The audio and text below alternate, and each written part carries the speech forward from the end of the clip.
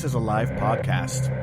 For the next 5 minutes, we will have instrumental music in order to allow people to jump into the chat room. If you would like to join the chat room, we do this live every Thursday at 6 p.m. Pacific Time, 9 p.m. Eastern Time. Go to mymental.net, and there's a Listen Now button to take you there.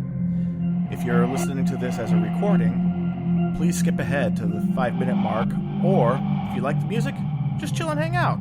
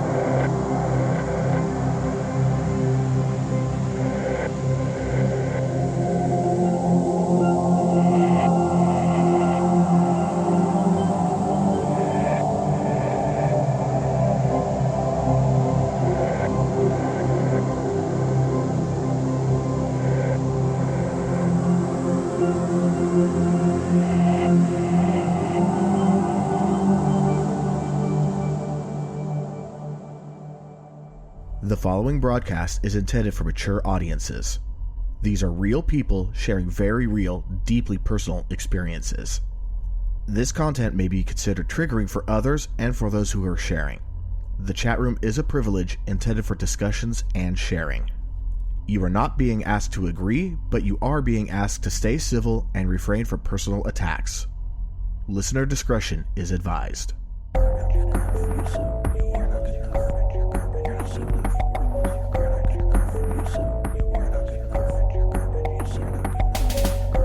Welcome back to Am I Mental? A live podcast where real people share real stories about living life with mental health and how mental health impacts real life. I kind of messed that up a little bit. That's all right. I'm your host, E. And with us tonight, we have co-host Bexy. Hello. And C. Hello. All right, so before we get started, we want to thank everyone for your support.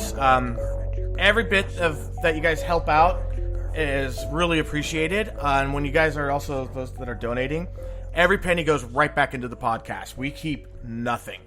So, we have some irons in the fire for things that we would like to see, and that we will get there. And, I mean, we're seeing an increase in how much is coming in, and seriously, we love you guys. You guys are the best. If you want to help out, you can always go to mimental.net/donate. There's a number of ways you could donate there, and we also have some merchandise on a Teespring store, so go ahead and check that out. Other than that, without further ado, we have tonight's guest, Oss. Hey, thanks for having me. Yeah, thanks for coming on. I've been listening to the show for a long time. It's been a long time coming. It has been. It's something that we discussed in chat, too, saying, hey, we got to do this. But sure. Pretty much all of us have ADHD, so it's like, yeah, we got to do this. Ooh, squirrel. Yeah. That's one of my next tattoos. I'm getting the squirrel. Nice. Hopefully it gets finished because, squirrel. Well, it's like one of my jokes I used to say is, that I was diagnosed with adult onset ADHD. I still don't know what that means because as the psychiatrist or the psychologist was explaining it, the sun shone through the windows, hit his watch, and I had to catch the fairy on the wall. Good. Yeah. I was diagnosed as an adult myself, and it was like prepping for the show. We were talking about it. I have to have my lists. Everything is bulleted out. It's even while medicated now. If I don't have lists, nothing ever gets followed. Meanwhile, C's cat's obscuring the camera. Photo bomb. Yeah. See, I don't That's get why I was distracted by muted squirrels. because he was yelling at me. Where I'm not really a list person, I'm a routine person. Lists, I'd have to build a routine with lists in order to be able to use a list. I've made lists, and then I just forget them. Yeah. So it was so bad before I was diagnosed. I was, I got tired of the life that I was living and had an opportunity come up, and I took it. I was VP of marketing for a small marketing firm in Kansas City, Missouri. And I had the most, the scariest person I've ever worked for. And I've done a lot of scary things in my life. This scary person was 5'0".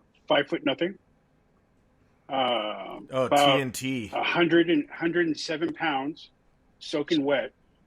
So at 50-something-year-old. At 5'0", being over 100 pounds, that's actually pretty stocky for a 5-footer. She used to go running 5 to 7 miles every day. And she's just the most intimidating person I've ever met. So to not get yelled at her, I would carry around Moleskine makes these little flexible notebooks, not like the hard ones, and they're like a little bit size your wallet. I'd have 3 to 5 of them that had colored duct tape on each one, and every hour I had an alarm on my phone that would go off, and the alarm would say a color, and that was for me to check that book to see if I'm on track with those projects that I'm working on. Wow. Every hour for basically 10, it was like 10 or 11 hours a day, it would go off, and I would go through. No matter what I'm doing, I stop, I check, I go back to it so I could stay on track. Thank thank the heavens for Concerta, because now I just need my notepad and iOS devices. But Yeah, it sucks. I was gonna say my oldest, he was on Concerta in his preteen years, and it was able to give him that pause to stop the impulsive behaviors, to think things through, and then we were able to just wean it slowly, and he kept to the habits. So now he's not on any ADHD medication, and he's doing all right. He's on other meds, but he's not on the ADHD one. So there you go. I mean, that's a win.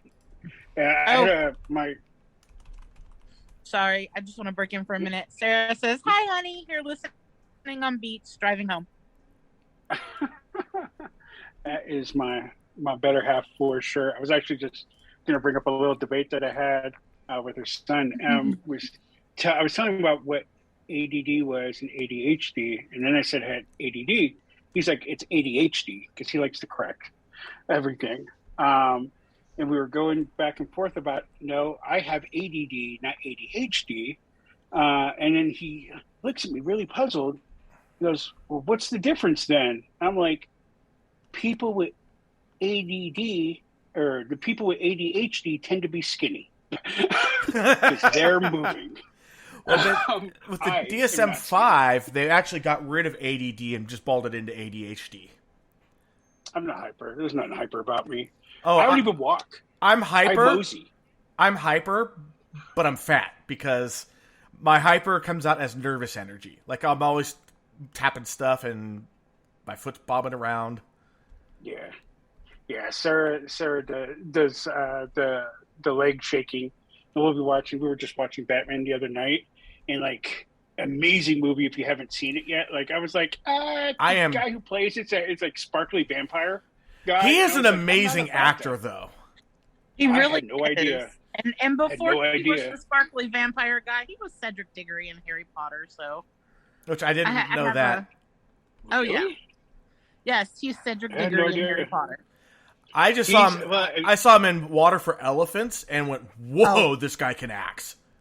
Yes, he can. Yeah, I just remember him being a sparkly vampire.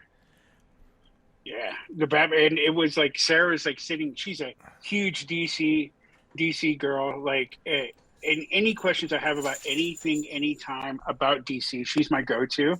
She'll tell you, not just what character was, but like the nuances that everybody misses.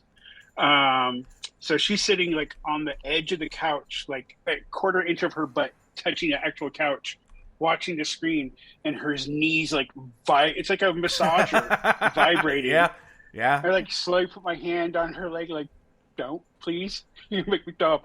She literally gave me motion sickness. And I'm willing to bet that she would say that this was probably the closest to the comic book Batman yet. Because the comic book Batman always was pushing it to the edge of going too far. Yeah, we talked a lot about that, the nuances. She knows a lot more than I do. Like, she's brilliant. Actually, which is great is that Robert Pattinson, that scene when they ask him, "Who are you?" and he beats the crap out of the guy. Then he looks down at him and then gets a couple more shots in and then says, "I'm vengeance." He ad-libbed the extra shots. Nice. And the director was like, that's it. He's like, yeah, that's perfect. That is exactly who you should be. Yeah, he's definitely aces in my book. Oh, no, sorry. I just almost knocked over one of my speakers. Well, don't do that. All right. No, so I'm a bit of an audiophile. I have a 9.2.4 Adobe Atmos surround sound setup, and this is my bedroom. Because I would love to have that. Yeah, it's fun. And I don't ever get to use it because we're constantly working on the property or I'm working. But I feel like the time that I do get to watch something, Sarah and I should be able to. We can't get to a theater, especially because of COVID, for the last couple of years. Right. We'll just recreate it for ourselves. Nice. Yeah, I actually went to the theater not too long ago. You may laugh a little bit. It's actually a surprisingly good movie. The Lost City with Sandra Bullock and Tatum Channing. It was surprisingly good. So basically, Sandra Bullock is a Harlequin romance novelist, and Channing Tatum is the cover model. And it has Daniel Radcliffe, Harry Potter, in it. Brilliant role. I mean, no one could have pulled it off like him. He is also another actor who is unbelievably talented. And there's also a couple of guest appearances with Brad Pitt, which were just amazing. The whole movie, I would say, on a scale of 1 to 10, I'd rate it about a 7. It was good. Okay. You're going to have to check that out. If you like... Probably watch it in 4 parts, because nobody has time for a whole movie these days. Well, I don't. It's not even all that long. It's a romantic comedy that's pretty slapsticky. Okay. Maybe. That might get a watch. I don't do a whole lot of comedy. Sarah makes fun of me because she likes to watch, she's not a rom-com gal, but she likes comedies. And I'm like, I hate comedy. And she's like, then why are you always watching stuff that makes you laugh? I cackle laugh. I'm like, I don't know. I just don't like... I like organic comedy, I guess. So we in our little pre-show type thing, we talked about a whole lot of subjects that I can go over. I had quite the life. I should not be alive many times over. I should be incarcerated even more times over than that. Thankfully, I got my shit together at some point and started to make a change. But I don't really know where to start with those things. There was a lot of reasons that you wanted to have me on. Is there any place you can remember from what I said where you want to start off from? Well, I mean, like I said, and I always say it to everybody, when you're a guest on this podcast, it is your platform. We're just facilitating. So wherever you'd like to go, the first time that I wanted to get you on, we were talking about microdosing. It was actually you, kind of it became the "Let's read Oz's chat" section of the show, which was amazing. I kind of did. Yeah, we could definitely talk. And then you also talked about growing up next door to Hell's Angels, which I know DeVern wants to probably hear more about. Yeah, so I'll start there because that started young. So I mean, I was born in the mid-'70s, which makes me feel really ancient now. I don't look ancient. I look like most people think I'm American history Oz when they look at me, because 6 foot shaved head, beard, the whole thing, and I'm like, no, I'm actually biracial. I don't look at them half Filipino. Once you said it, then I could see it in your eyes and a little bit of the face shape, but other than that, I was actually pretty stunned. Yeah, I was raised by the Filipino side of my family. Never met any of the white side of my family. I'm Filipino Irish. Just actually found them in the last year or two. I did the 23andMe. And then I also did the, what's that, Ancestry.com. Right. And it can connect you with your people. Because I always wanted to meet my real father, or my biological father. And found out, I was talking to one of my cousins and that I met on there. And they're like, I'm sorry to tell you, he passed away in 95. I was like, oh, that sucks. Because I've been wanting to meet him my whole life. And then she told me a little about him. I was like, well, can you tell me about him? She's like, well, he wasn't a great guy. Are you sure you want to know? And I was like, I absolutely want to know. I think we're not born evil. We're raised into evil. But I think we do have some biological tendencies that can take place. And it's that whole nature versus nurture. Exactly. And I had an amazing mom. My mom was an angry hippie. Hippie. It's hippie. Oh, actually, yeah. I grew up in Mount Shasta. Yeah. Hearing angry hippie, that's a real thing. That is a very real thing. Yeah, like if I threw not thinking through, and this is before recycling was popular, threw a soda can in the garbage, she would throw it at my head. Like, I'm like, all right, make every day an Earth Day. I get it. But my biological father, so my cousin told me about him, and it turned out, unfortunately, that he was a chomo, like he's a child molester. And I was like, Ooh. I'm actually glad we're having this conversation. And I think all child molesters should have a tire put around them and set them on fire. The slow burn. But one of our mutual, one of my best friends, and I think that you know him as well.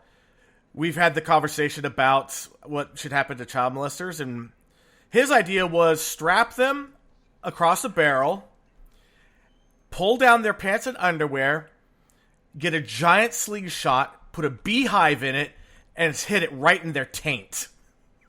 Yeah, I know exactly who you're talking about. He lived with me for a while. Yep, that's the person I'm thinking of. Yep. Yeah, amazing individual. One of the greatest people I've ever met.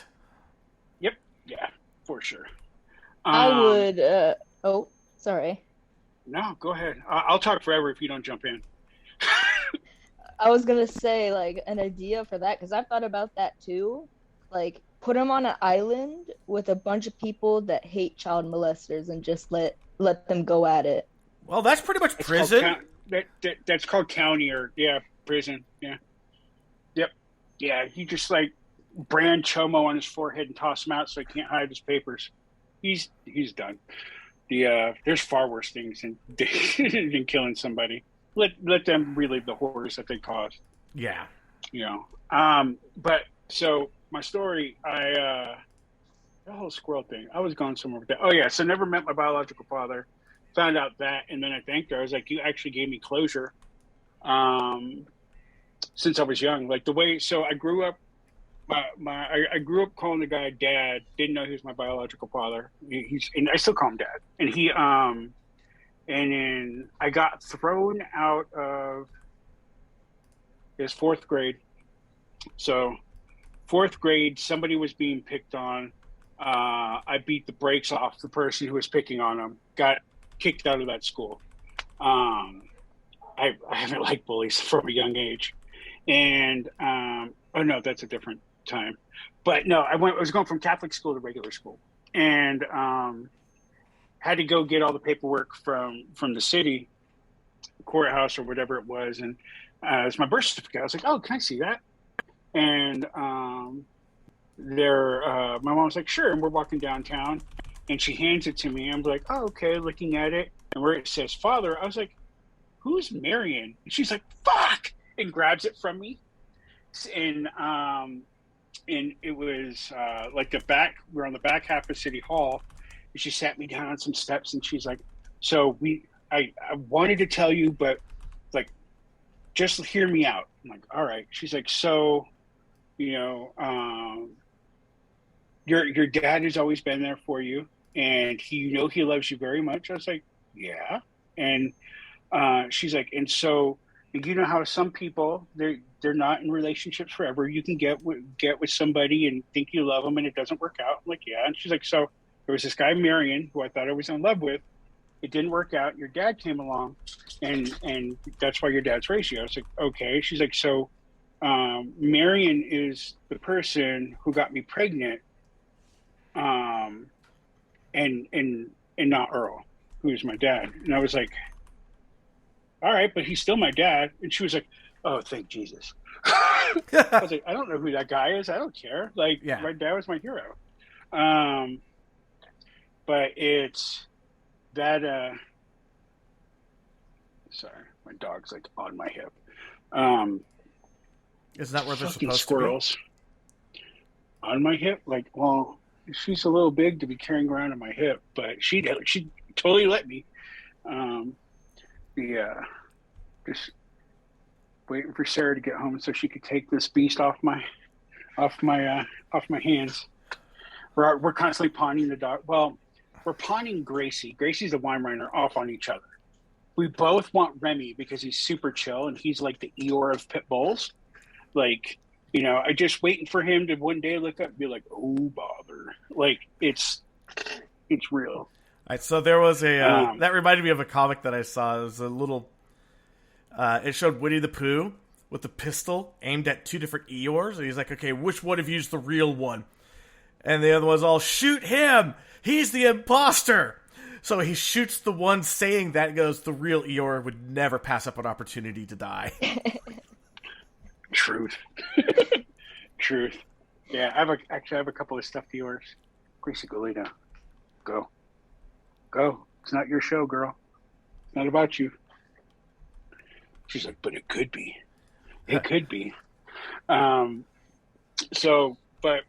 going back to, I was going to make a fucking squirrels. I didn't take my Concerta today, my bad.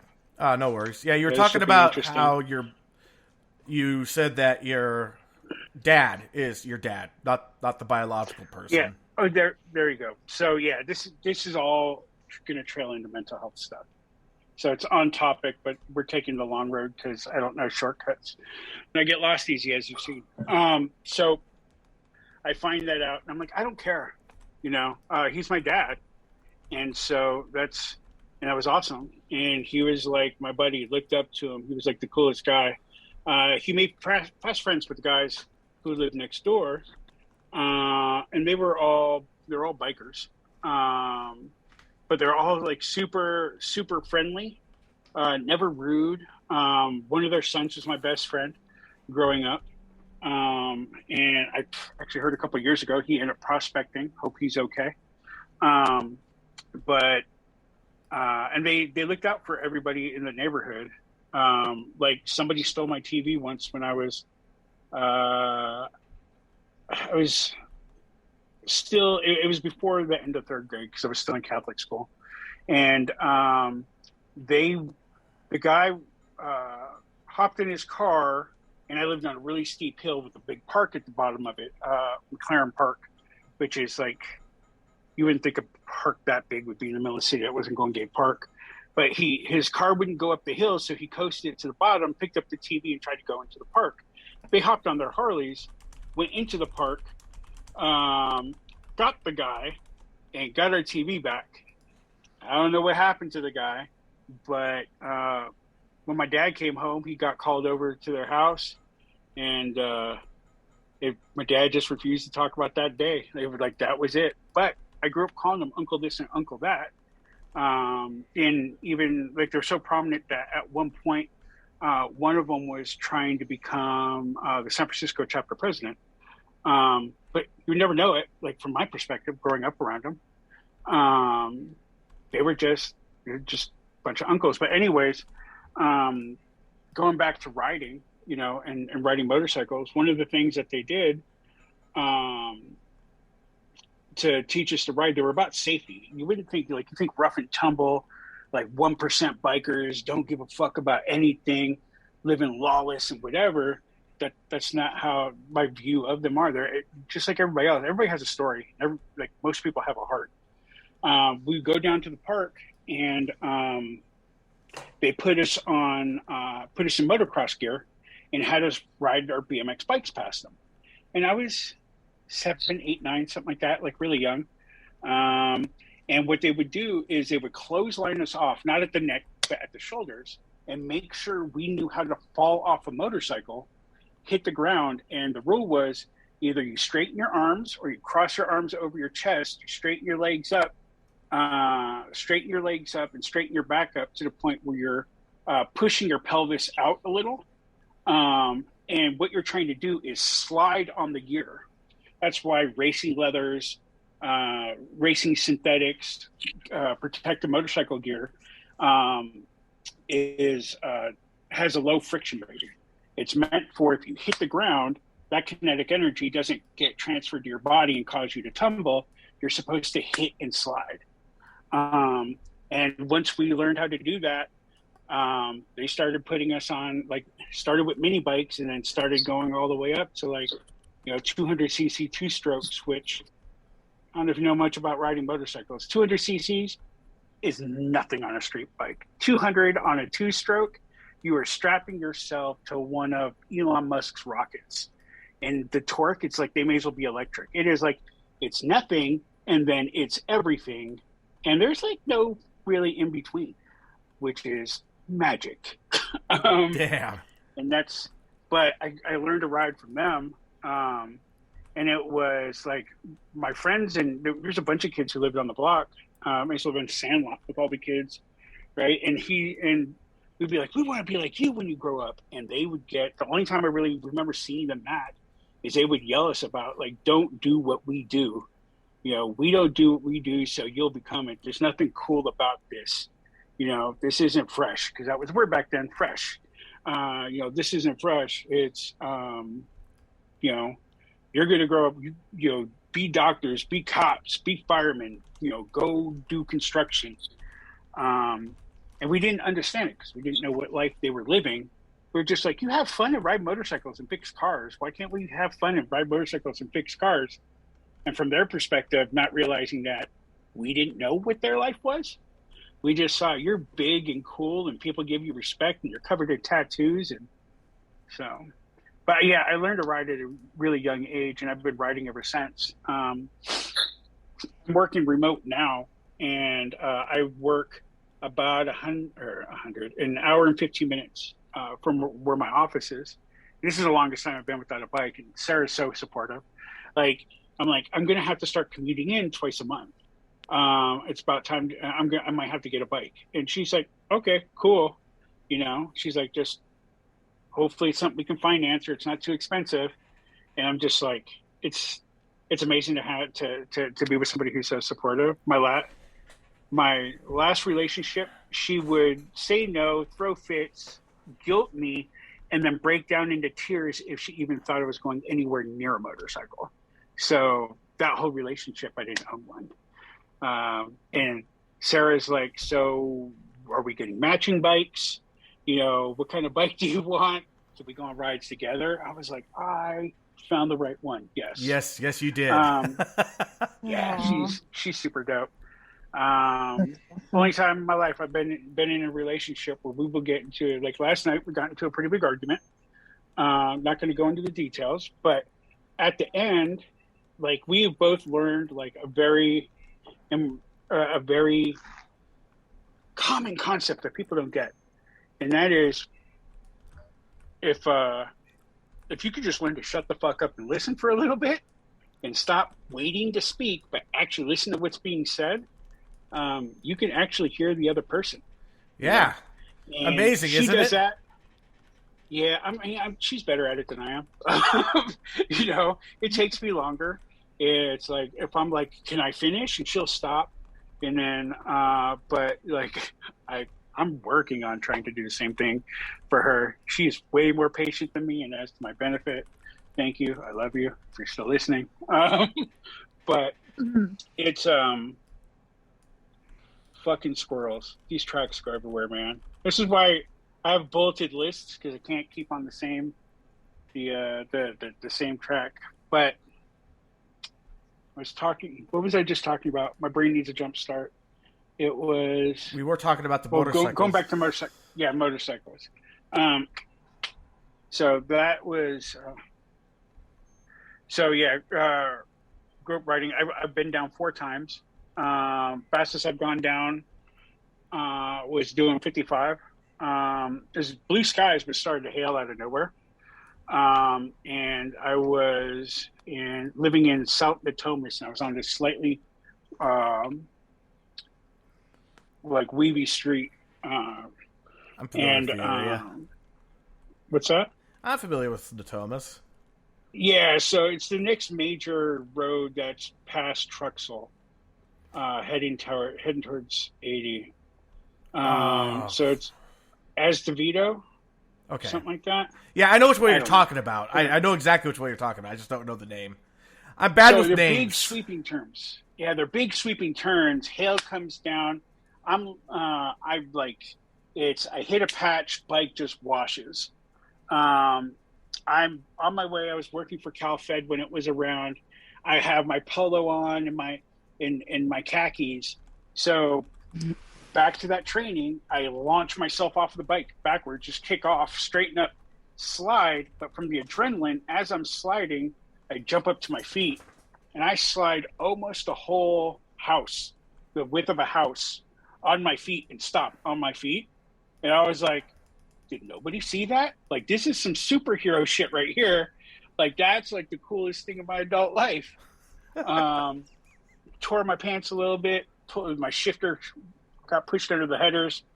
I wrenched that back out and went home, changed, and I was like 2 minutes late, or I was 4 minutes late for work, and 5 minutes would have gave me a demerit, which would have been like my last one. Worst So you I've just ever got. barely made it in. Yeah, the most I've ever gotten hurt in a motorcycle accident was at Arden Fair Mall. It was middle of the summer, 107, 108 degrees. They were watering the planters in the middle of the day because, let's not be efficient. Yeah, let's go ahead and also have the sun fry the stuff. Yeah, and so I turn the corner, wheel whips out from underneath me. I fall over and hit my elbow on the curb because it's right next to it.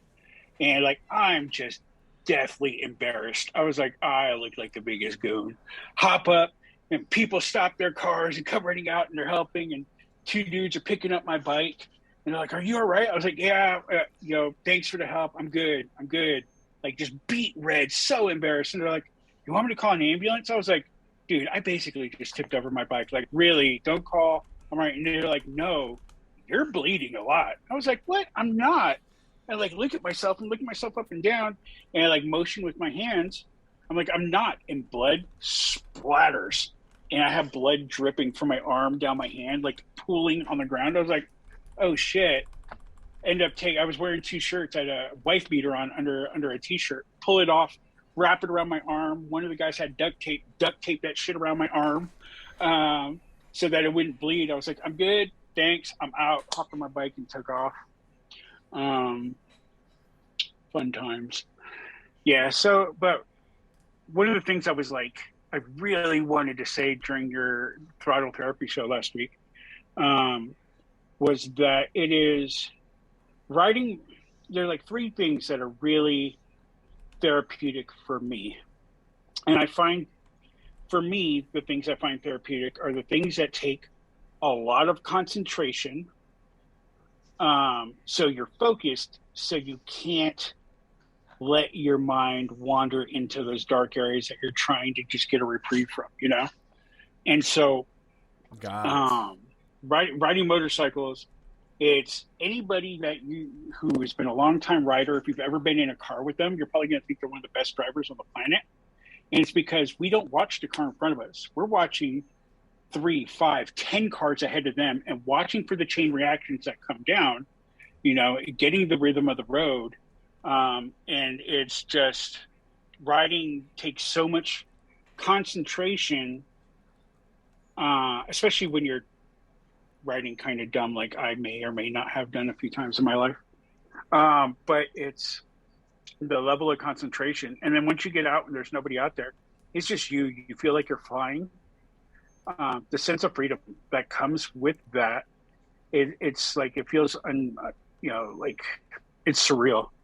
And it feels clean, and you get away from judgment, you can get away from the anger, and you can take in the beauty around you. And it's the therapy, it's relaxing. And even though you're out, you have no doors, you have no windows, you're out there, you feel like you're in a nice, safe, little blissful cocoon where my mind and heart and soul are safe while I'm out there from the things that have been hurting me. And that's where the therapy comes from. I mean, of course, you become a hood ornament real quick. Not say it that way, but yeah, I was gonna say I had an uncle who he got his Harley. He used to ride bikes when he was younger, and I never saw him riding a motorcycle until just before he passed away. And he had to lay his bike down because a 15-year-old with the permit didn't see him when she pulled out, and This was, oh God, what's the name of that road? It's out right where, like the El Dorado Hills exit. That long ass road, like yeah, there's so much midline road or some shit like that. Yeah, yeah, and he wound up. He went to go flip her off, and his hand didn't move. He had shattered his hand and forearm. Yeah, that's why it's dangerous, and you're taking a lot of you're taking your life and risking your life by putting it in other people's hands. Really is the reality every time you ride. Yeah. However, I've done like every drug under the sun, and there is nothing that makes me feel like riding does. Riding, the closest feelings that I get are, depending on the kind of riding I'm doing, is I'm very much into shooting. I've been shooting it a long time, but I worked my ass off to get to the point where I'm consistently hitting at 1,000 yards. Got my rifle dialed in, learned windage, got my skills in a place where I can consistently do it. And every time I hear a round, I hit steel at 1,000 yards, the kind of like happy, giddy kind of feeling I get from that is the same as like you rip on the throttle, even if you're just launching for a second, you're full throttle, not doing a wheelie that launch. You're just like a kid, like tee. Or with photography, because I've been shooting for 20 years, maybe more than 20 years now, and shooting. If it's not one, it's the other for you. It seems. Well, that's why I used to say like it's click click or bang bang, But with shooting, it's you get that one that shot that's a banger. Like my big thing is looking at or taking night photos. Like I've been extending exposures and stuff like that. Like I like the sense of satisfaction and everything. So stressful while you're editing and shooting and all that. Sometimes it's not the most enjoyable shit on the planet. Sometimes, but the outcome is worth it. And it's like after I started having people say, would you shoot my family? Would you can you do a bar mitzvah? Out of context, it sounds bad. Yeah. Would you shoot my family? Context. Well, if you insist. Well, I mean, depending on what you're talking about, my prices might have to go up a little. Are you looking for a killer deal or just trying to save some money? How memorable should it be? No. All right, I'll stop with the puns. I love them. I love puns. Right, but getting that shot, the most satisfaction I have, something I used to do when I was younger, is I used to like taking people who didn't think they were photogenic. I would specifically talk to people who didn't have a lot of confidence, especially physically confident, and do a photo shoot, collaborate with them, talk to them about what they like, the things that do make them smile. It's the biggest part of photography, or I wouldn't say the biggest, like 30% of photography when you're shooting people is like psychology. And it is how you feel and what you're thinking translates through the lens. The second, I mean, I don't know about y'all, if you like having your photos taken, the second somebody puts a camera in front of you, you stiffen up. Like, oh, like I don't want to do it. Oh, I became a photographer because you can't take my picture if I'm behind the camera. And understanding that. But talking to them, getting to know them, talking about the things that bring them joy. If they're parents, the easy one is always, tell me about your kid. What's the cutest thing that your kid has ever done? And I'll have my whole rig set up on a tripod or whatever. And as we're talking, I'm shooting photos. Like they don't know it. Sometimes they do, sometimes they don't. But as I'm talking, and they'll be like, "Oh, I didn't know." I'm like, "Oh no, I'm just getting my settings right. Don't worry about it. Yeah, I'm going to take a bunch of test photos, and then we'll get into the real photo shoot." Oh, okay. But that is the real photo like, shoot that you're doing. Yeah, absolutely, 100%. That's the photo shoot. And then after it, showing them the photos, taking them home, editing them, and have them go, I'm beautiful.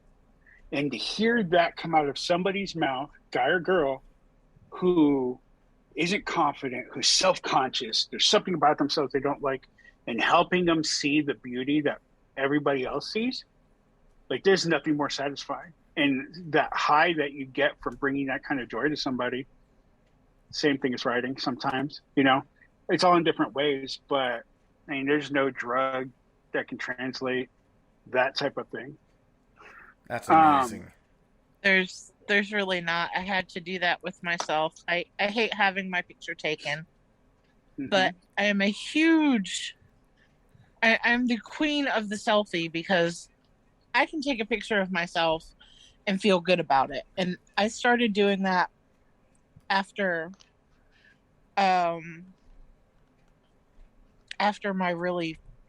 shortly after I met E.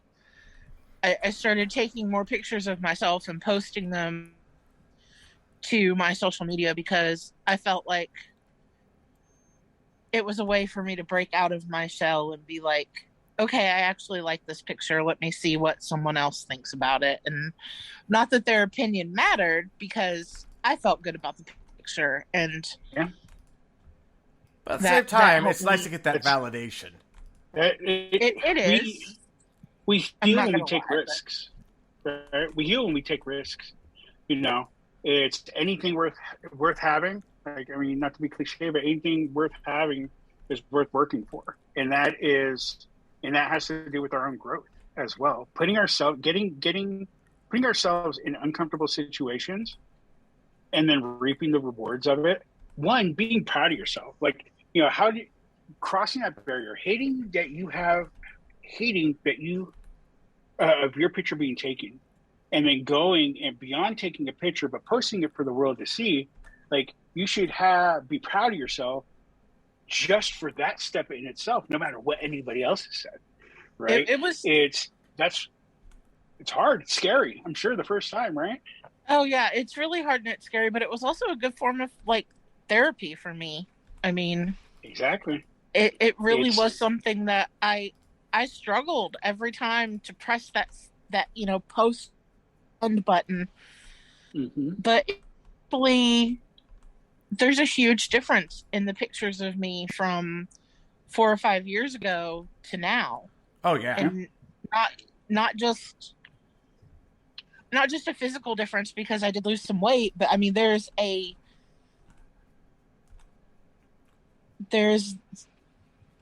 something in my eyes that came alive. Yeah, like you see her older pictures. I was just gonna say that it's everything is in the eyes. You can. That's why I talk to people when I'm shooting them.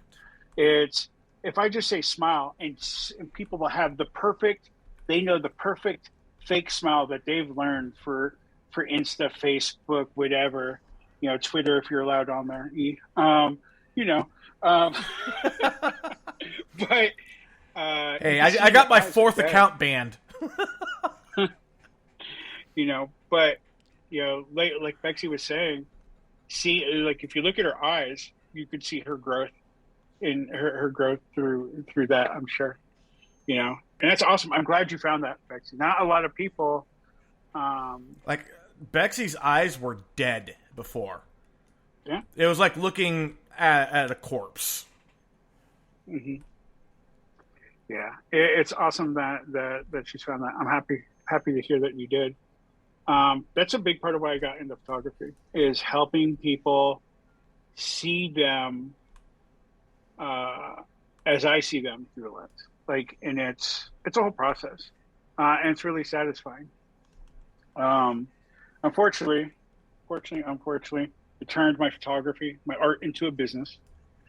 Made a lot of money doing it. I mean, I don't shoot weddings anymore, but if I did, I probably wouldn't get out of bed for less than $3,500 for a wedding. I'm just not doing it. I don't enjoy it.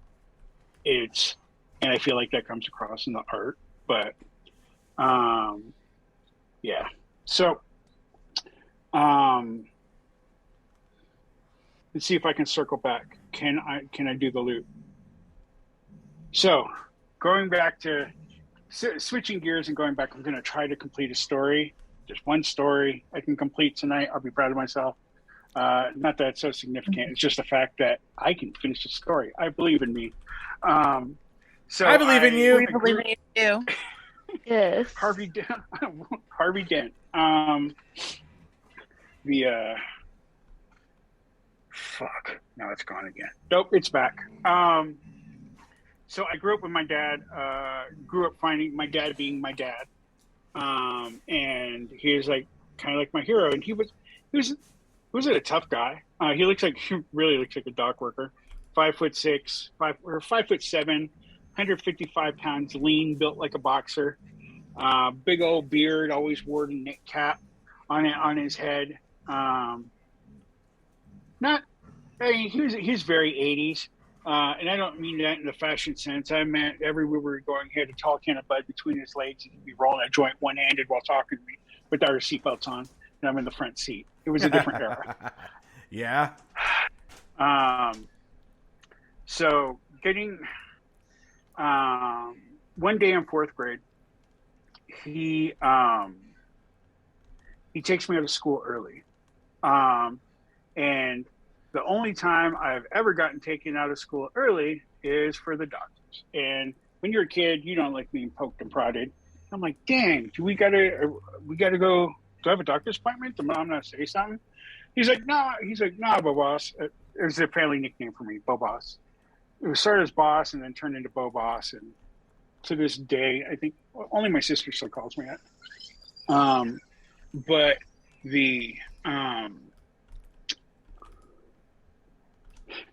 Sarah just got here and she opened the door and broke my train of thought. So your dad picked you up early from school. Thank you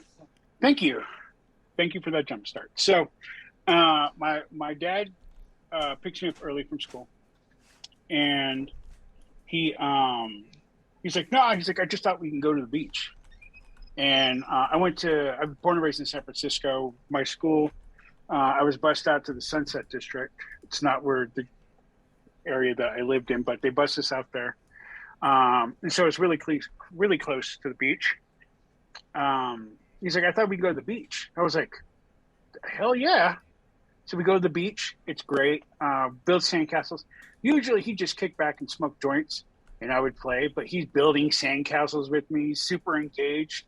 We play tag. We're just, it's like magical. And then we kind of get tired of the beach and we're tired of sand in our cracks and all that stuff. We get dusted off and everything. And the San Francisco Zoo is right on Ocean Beach, and we were at Ocean Beach. He's like, hey, since we're down here, do you want to go to the zoo?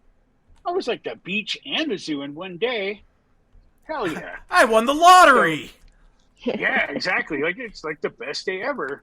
My dad's big thing is he likes primates. He loves the monkeys. Always had to go see the monkeys first. Kind of like, dad gets a big piece of chicken type of thing. Like he's providing, he gets it. I'm cool with it. And I'm like, all right. And I start heading off to the monkey, to the primates. And he's like, do you want to play in the playground? And usually he used to make me wait until the end. They had the most epic playground ever. It's not there anymore, but they used to have this thing that looked like a red Christmas tree, except for it was like a couple stories tall and big red ropes made of spider webs in a Christmas tree shape from the top to the bottom. I remember that thing. Yeah. Climbing to the top of that thing, like, that was pretty amazing. And they had like a big locomotive that was there. Actually, I still have a Polaroid picture of me and him with it. I was younger in that picture, but he used to like taking pictures with it. Get to play in the playground. We don't even see the primates. We take a look at a couple of things. And for whatever reason, he didn't have a car. Oh no, later I found out why he didn't. But he didn't have a car at that time, so we hop on the bus and head home.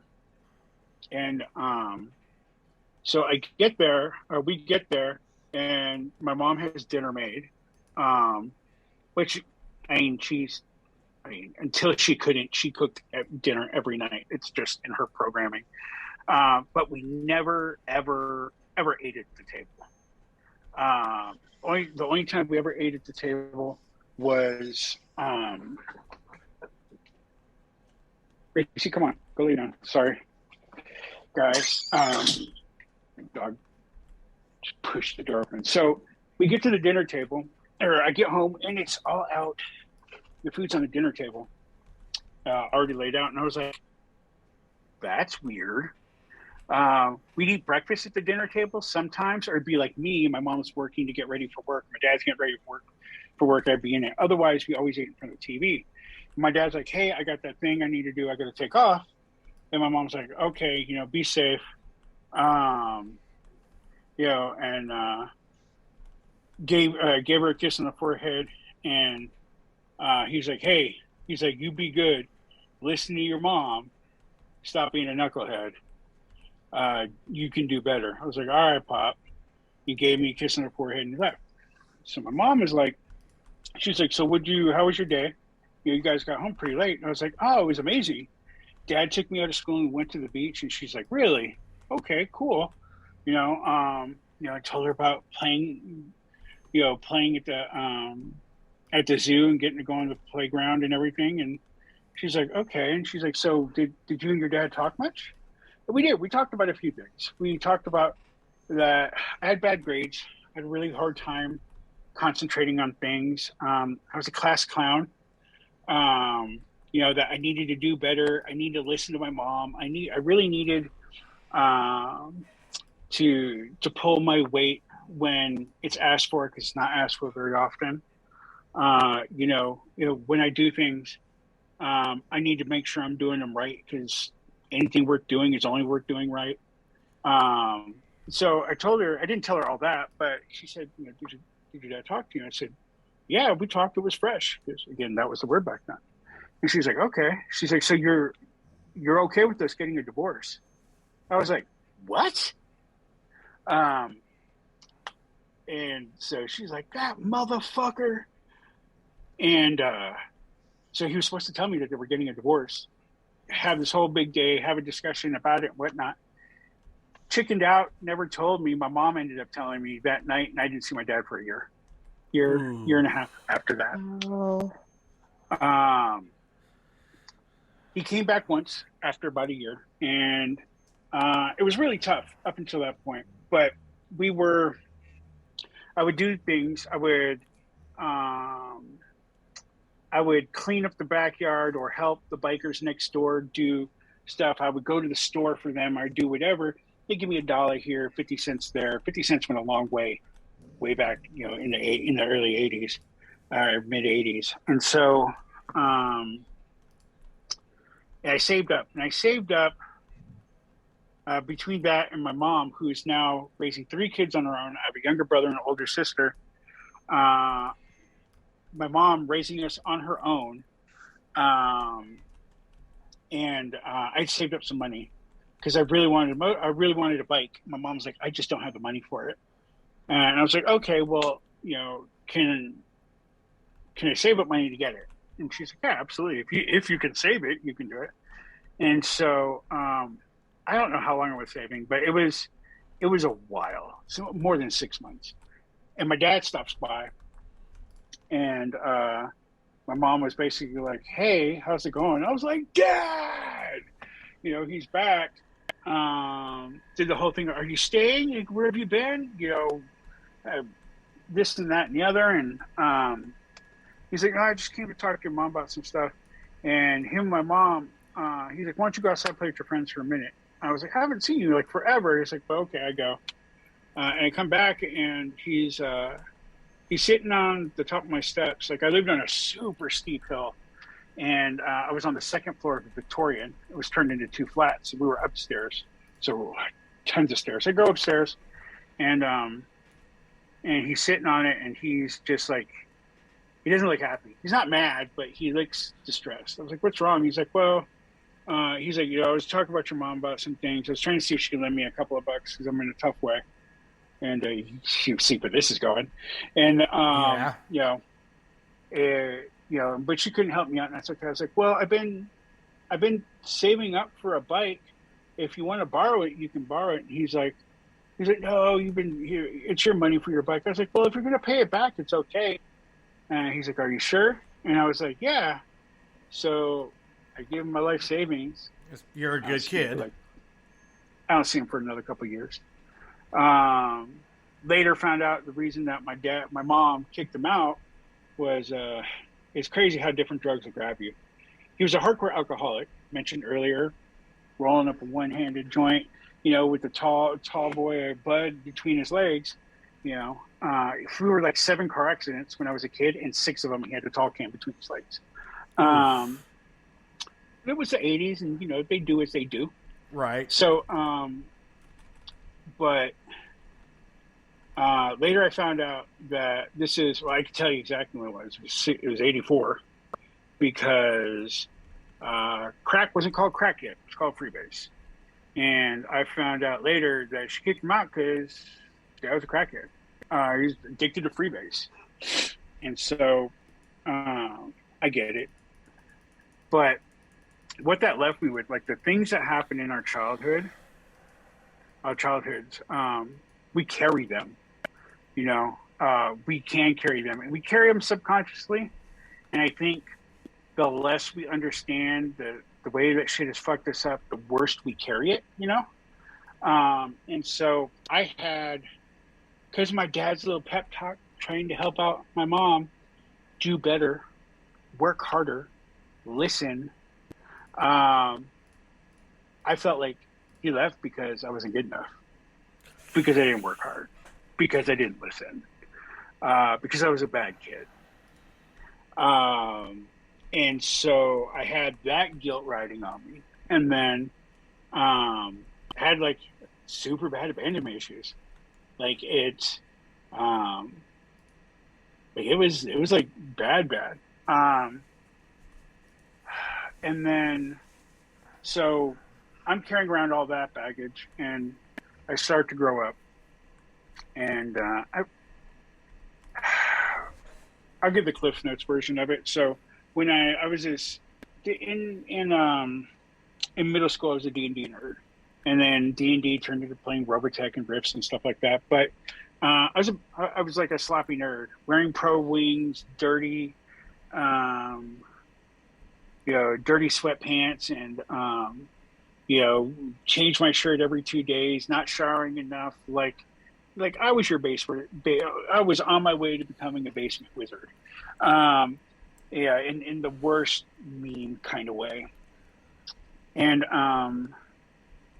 you mean like the South Park episode for the World of Warcraft guy that was a competitor? Yeah, and at best, like that was at worst, and at best, live free or die hard.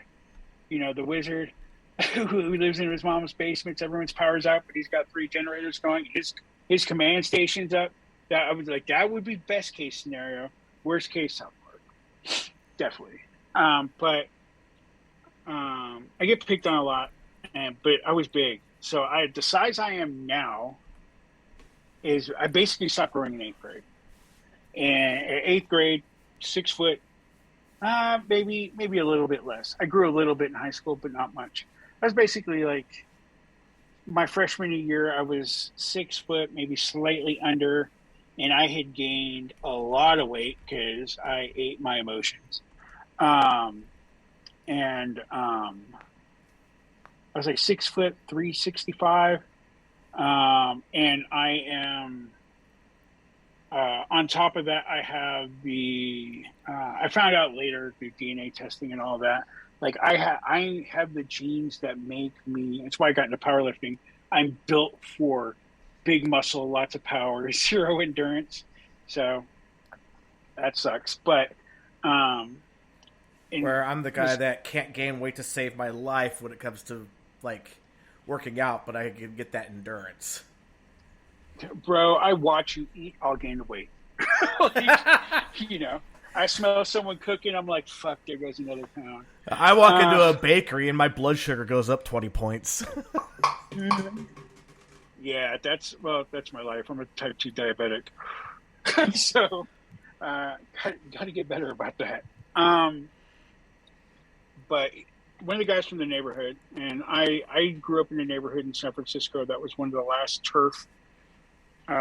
turf-based neighborhoods. It wasn't Crips and Bloods, and it wasn't flying colors. We flew San Francisco gear, like Giants gear head to toe, Niners gear head to toe, that type of stuff. Had a definite look to us, but it wasn't like mandated. It was just what we did. In songs, you hear about people set tripping in rap songs. That's because we were like, I guess you would call it a set now. Like, I don't know how I've never been good at describing it to people who haven't lived in the life, but basically it was a really heavily gang controlled neighborhood. And the gang wasn't a normal gang. The gang, it was like,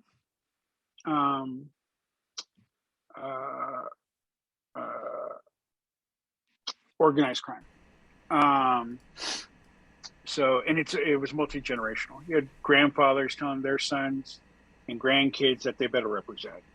And one of the guys from that approached me, just based on my size. And I'd been friends with his little brother, who was like the coolest kid in my school because he was that way and I was not.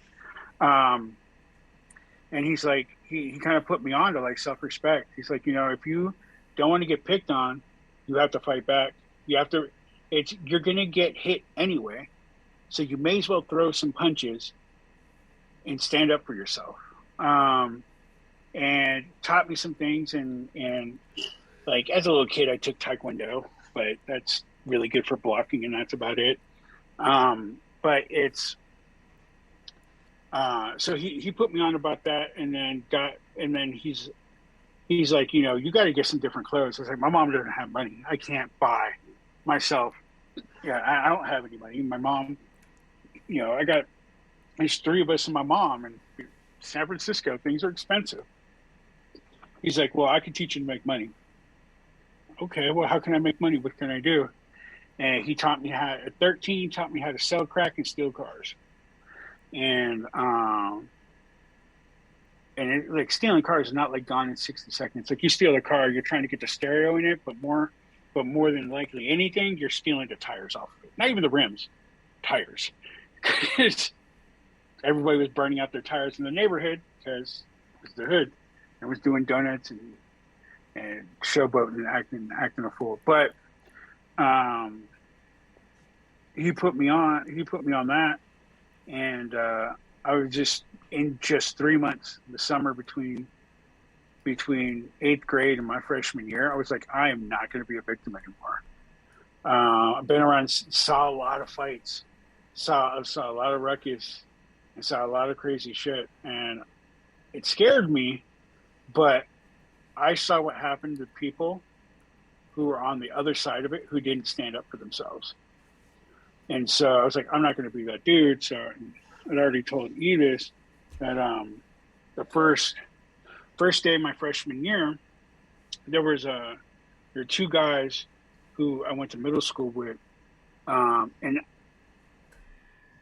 I had wrestled a little bit in 8th grade, and so I was a big dude, but I had a lot of power. I looked like a giant nerd. Nobody's scared of me, and this dude that I knew who used to pick on me was talking to this other dude to get him to start picking on me. And I'd never seen him before. And long story short, he comes over, runs his mouth. Yeah, I beat the brakes off him, pull up my dick and take a piss on him on the front steps of the school. I was like, I'm not going to be victimized ever again. And like I said then, and I'll say it now too, if you're willing to whip your dick out in the front of the school and piss on someone, yeah, I'm going to be like, yeah, that's not someone to fuck with. Yeah. Well, I was one of 8 white kids in my high school. And, well, I guess one of 7.5 white kids in my high school. But it's, and nobody liked white people where I was, which, I mean, I can't even be mad at them for it because of all this shit that goes on, especially major metropolitan like San Francisco. Like, if you are not from the right socioeconomic background, the skin of your color, especially like back then, wasn't right. Like, you were just got the raw end of it. So I can't be mad at them because I've seen them. I've been beat down by cops twice. You know, I can only imagine, you know, a white guy with a skateboard being beat down. What are they going to do with this, you know, darker shade of skin? So, and got to hear about the stories all the time, but I wasn't going to be a victim. And so I grew into this kind of warrior mentality out of protection. I didn't like the violence. I didn't think it was cool. I still don't think violence is cool. But it really desensitized me to violence. And now, like, when it comes up in conversations, like, I'm not a violent person. I'm violence capable. It's a tool. Might need to be pulled out once in a while, but hopefully in my adult life it doesn't. But so I have all this warrior complex shit going on in my head, and so I started journaling. My aunt, she has a doctorate in holistic health, hypnotherapist. She's a nutritionist. She has so many books out. Like she is peace on earth. She is such a good person. Just being in her space, it's like I'm home. And oh, that's awesome. Yeah, Aww. she's yeah.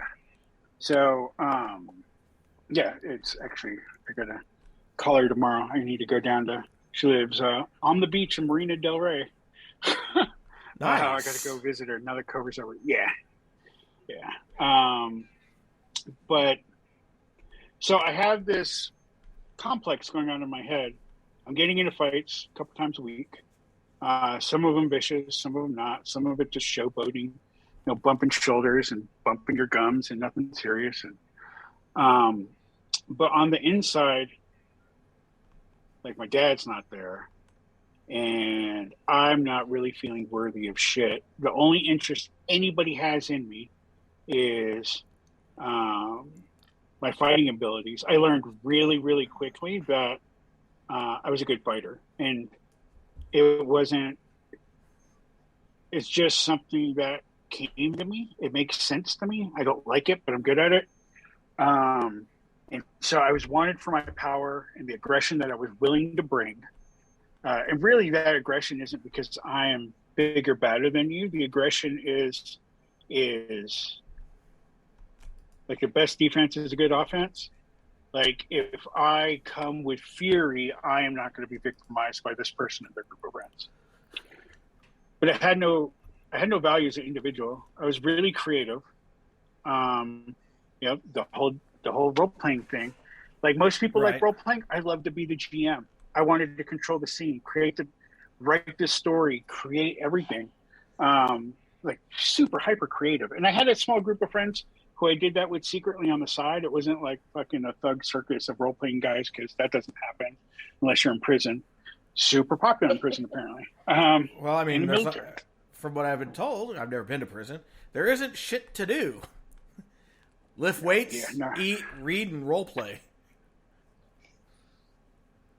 Yeah, and in prison, depending on where you are, they will you have to role play without dice, because they won't give you dice for gambling reasons. So I was like, I don't know how you do that, but just randomize numbers on a pad. I guess. But I guess you could do like a different version of left, right, and center. like or like Vampire the Masquerade, where they Rochambeau or whatever for to see who wins battles. Could do Rock, that. paper, scissors. Yeah, rock, paper, scissors. For LARPing, Vampire the Masquerade in San Francisco, when they would battle, that's how they would see who won. It'd be rock, paper, scissors. And if you had bonuses, you'd have to win 4 out of 7 times. But if you had a bonus, you already get 1 win. So you have to. I only have to get 3 more out of 7 to win, where you still have to get 4 out of 7 type of thing. So, yeah, I don't know. But anyway, so I'm this really, really aggressive person in the streets. And I'm beginning to get really depressed because I don't really have any value. I don't have any sense of being. I see, I'm making money, but I'm ashamed to be a drug dealer. At that point, like soon after that, you get a couple of years on me. Soon after that, I understand my dad's a basehead, and I'm sitting here selling crack, like selling crack, selling coke, selling pot. It really starts to fuck with me. And so my aunt, I brought her up. She said, "Start journaling." And I'm like a diary? She's like, exactly like a diary. And so I start writing, and she tells her, and she's the only person that I blindly, implicitly trust on the planet, is this one specific aunt. And she said, be brutally honest. She's like, if you are not honest with yourself when you write, she's like, you're just perpetuating the lies that live within you. She's like, lock it up. She's like, if you want, after you're done writing, tear it up, burn the page, whatever, but get it out there. And she's like, and when you write like you're writing to a friend. Don't just state the facts, but write like you're writing a friend and you're trying to help somebody who doesn't know you understand what you're going through. So start doing it. Yeah. And so I started doing it. And to this day, I still journal. So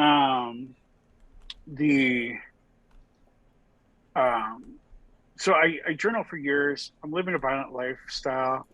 Like I didn't really do hard drugs then, even though I was selling rocks, I was selling coke, I smoked weed, but that was it. But if anybody in the neighborhood, so different from today.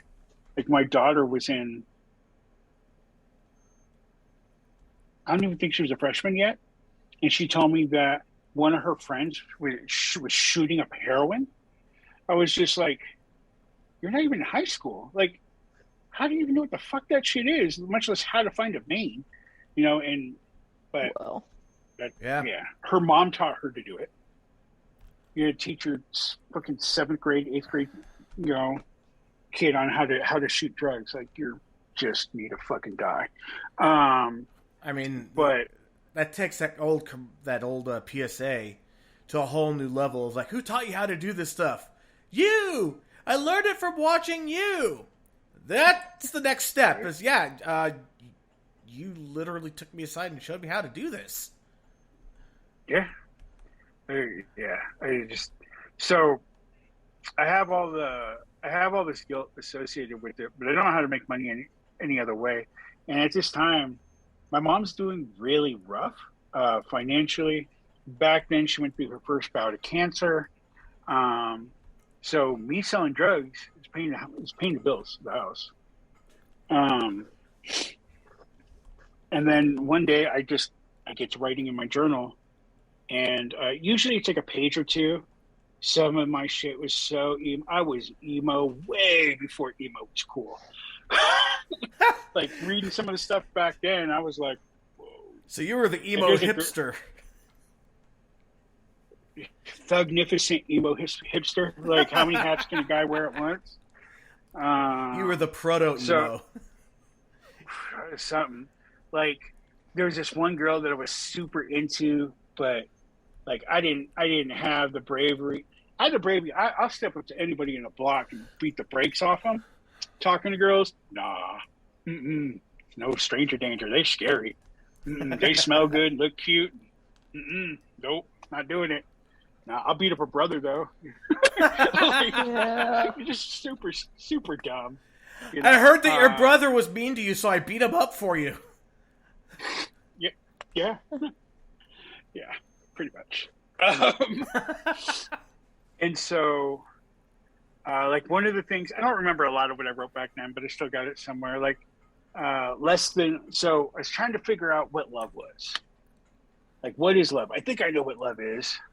I know what it is to like somebody, but what if it's way more than that, but you don't think you're in love with it? Like, what is it? So I had written on the inside of one of my binders, more than love, less than like, the eternity of in between, because I was lost, right?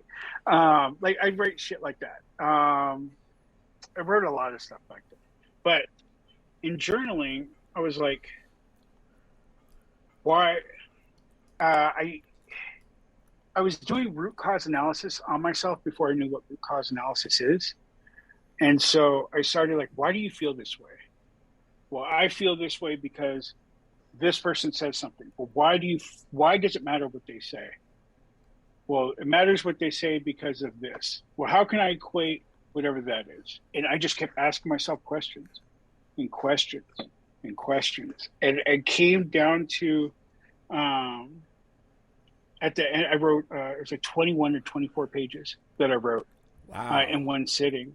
And what it came down to was I realized that a lot of my issues came from my dad leaving, me realizing it wasn't my fault, and I was shouldering blame that wasn't mine to have, and that my issues come from my abandonment issues, my confidence issues come from all of that.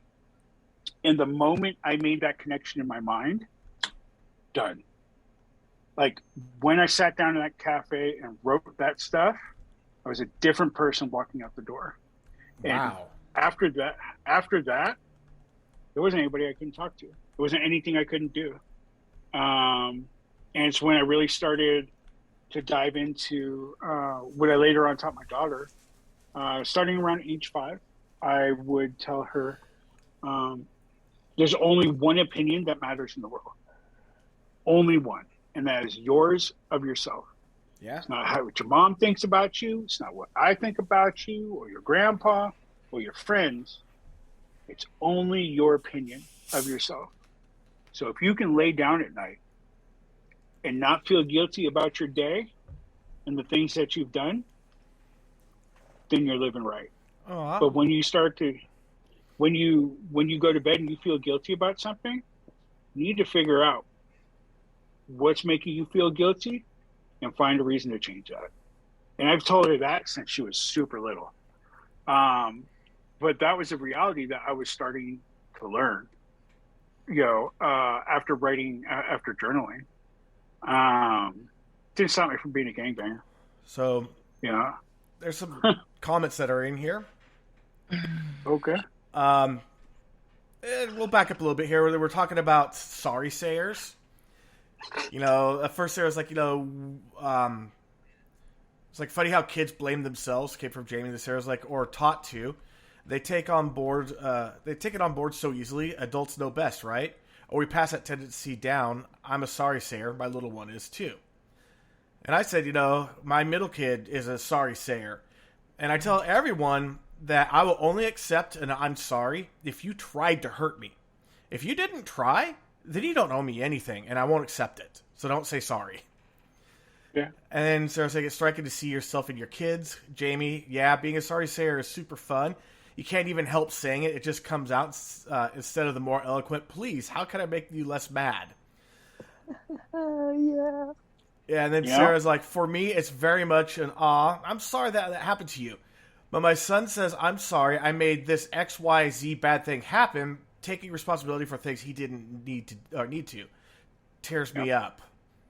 And then Bexy tossed in there, I was conditioned to believe that any bad thing that happened was my fault. It's awful as a kid when you shoulder that kind of guilt.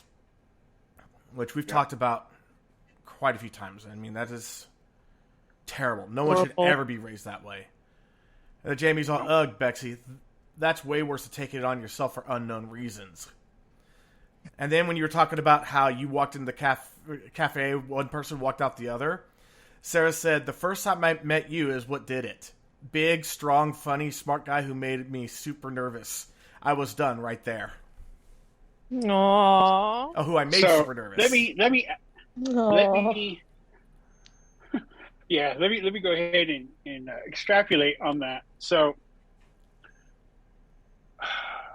my best friend at the time, well, in Kansas City, B, used to get super pissed at me because he's like a really funny guy, not bad looking. This dude, Mike, who's a real pretty boy, he like a beautiful man, strong, sharp features. He looked like Edward from the Twilight movies, but a little more rugged. Later found out he's a racist piece of shit, so fuck that guy. But he was a beautiful, but he was a beautiful man. We would go out to the bar all the time, and they'd be like, "Damn, that chick over there is kind of hot." Like I was like, "Go run game, bro." Like, what are you doing? Nah. You want to talk to her? He's like, "Yeah, but hold on, I'll be right back." Go over there, whoop-de-whoop, whatever. Say something, and then all of a sudden her and her friends would come back to the table. Like it did it all the time. Like if you are a fat guy in high school, you learn game, or you are a virgin until you were 35 and paid for it. Like it is, and so but it was, so I had like stupid confidence with when it came to women. Met Sarah online on OkCupid, and I was in Kansas City, and we were just super vibing, and it was cool. And then she's like, she ended up coming over, and when she got there, I was like, oh, I don't know how to people. She was so pretty and so funny, and she was real and in front of me, and I was like, I don't know. And I wanted to touch her so bad, and not even like lewd guy touch her. I just wanted to like feel even her pant leg. So I had my arm up on the couch. Are you and, really did the there? whole yawn. I did like the whole yawn thing, like, so cliche. But then chickened out last minute and didn't actually touch her. Oh, I know she's laughing her ass off right now because she was like, she kind of had to like take the lead a little bit. Like, really? And it was something. Like I was so nervous because I was so into her. All right, so fun fact for any of the guys that are listening out there that have a problem when they're face to face, but they do great online. Whatever you're doing online, keep doing it. That obviously worked. That's probably the best advice I could give in that regard, and vice versa for you ladies too. Whatever it was that you got him hooked on online, keep doing it. But it's hard because right now, even though we're looking at each other, like, I mean, I know the people listening to the podcast can't hear it, can't see us, but we can all see each other right now. Right. But even through a screen like this is a digital mask. And even more so if you're just exchanging pictures, right? Right. Because then you can filter, you can autocorrect, you can adjust, you can touch up. Oh, yeah. Everybody learns that MySpace angle from back in the day. Get your angles just right. But it's like, oh shit got real. Like it was. I'm not gonna lie. I was more nervous meeting her and seeing her in person than I was when, back when I was in gangs. Like the one-on-one fight thing was rare. It was usually big rumbles. You would have 10 to 30 people in a big ass rumble, like a more violent mosh pit. And I was more nervous meeting her the first time than my first big ass rumble. Like, nah, I'd rather get punched in the face repeatedly right now because that's less terrifying. I know I could take a hit, but I can't take rejection from this one. She's too amazing, Yeah, kryptonite for sure. Yeah, looking at Jamie's comment. Jamie, Jaime, I always fuck that one up. The top comment. I say Jamie until I'm corrected. Is it Jamie or is it Jaime? I think that's Jamie. Is it Jamie? Okay. Dyslexia sucks. Yeah. Let me tell you. Well, I mean, they're pronounced the same. It just depends on whether I think it's Hispanic or more like European. Yeah, you can't tell from the picture. Or I mean, like British. For a year, when I was working at Apple, my top employee was this dude Jamie, and he's like, look, and like I was off the chain. I would invite my employees to my house parties. We get turned up. I was the fun boss. And I was drunk as shit one day, and he's at one of the parties. He's like, all right, I gotta tell you something. I don't want you to be embarrassed. I was just like, Uh-oh. I was like, oh, he's not going to hit on me, is he? And like, not that, like, anytime I've had a gay dude hit on me, that's the biggest compliment in the planet. Because let me tell you, Oh, yeah. ain't nobody more picky than my gay brothers out there. Because they got some high fucking standards. So if I get hit on by them, I'm just like, I'm doing some shit right. Yes. But You it's see me just nodding away over here. you know, and he's like, my name isn't Jamie, it's Jorge. I was like, or no, I was calling him George, not instead of Jorge. I was just like, you fucking kidding me? You just let me call me George? He's like, well, my brother does it too, and he's hella white. I was like, Dad, you're not helping, bro. Like, so. He just went, hey, here's a bus. Heave ho! He was trying to be nice. It was awesome. But I think I know exactly anyway, who you're talking about, too. Nice guy. Yeah. Yeah. You can't be mad at him. My wedding? No way. That dude is so amazing. Like, he honestly makes me feel like a bad person when I'm around him because he's such a good guy. And he doesn't even try. That's just who he is. You know, where I feel like part of the reason that I'm trying to be a good guy these days is I am paying penance. I'm giving my dues and paying back for all the bad shit that I had done when I was younger. So, but I like the person I've become. But we went off track with the story. So let me back it up some.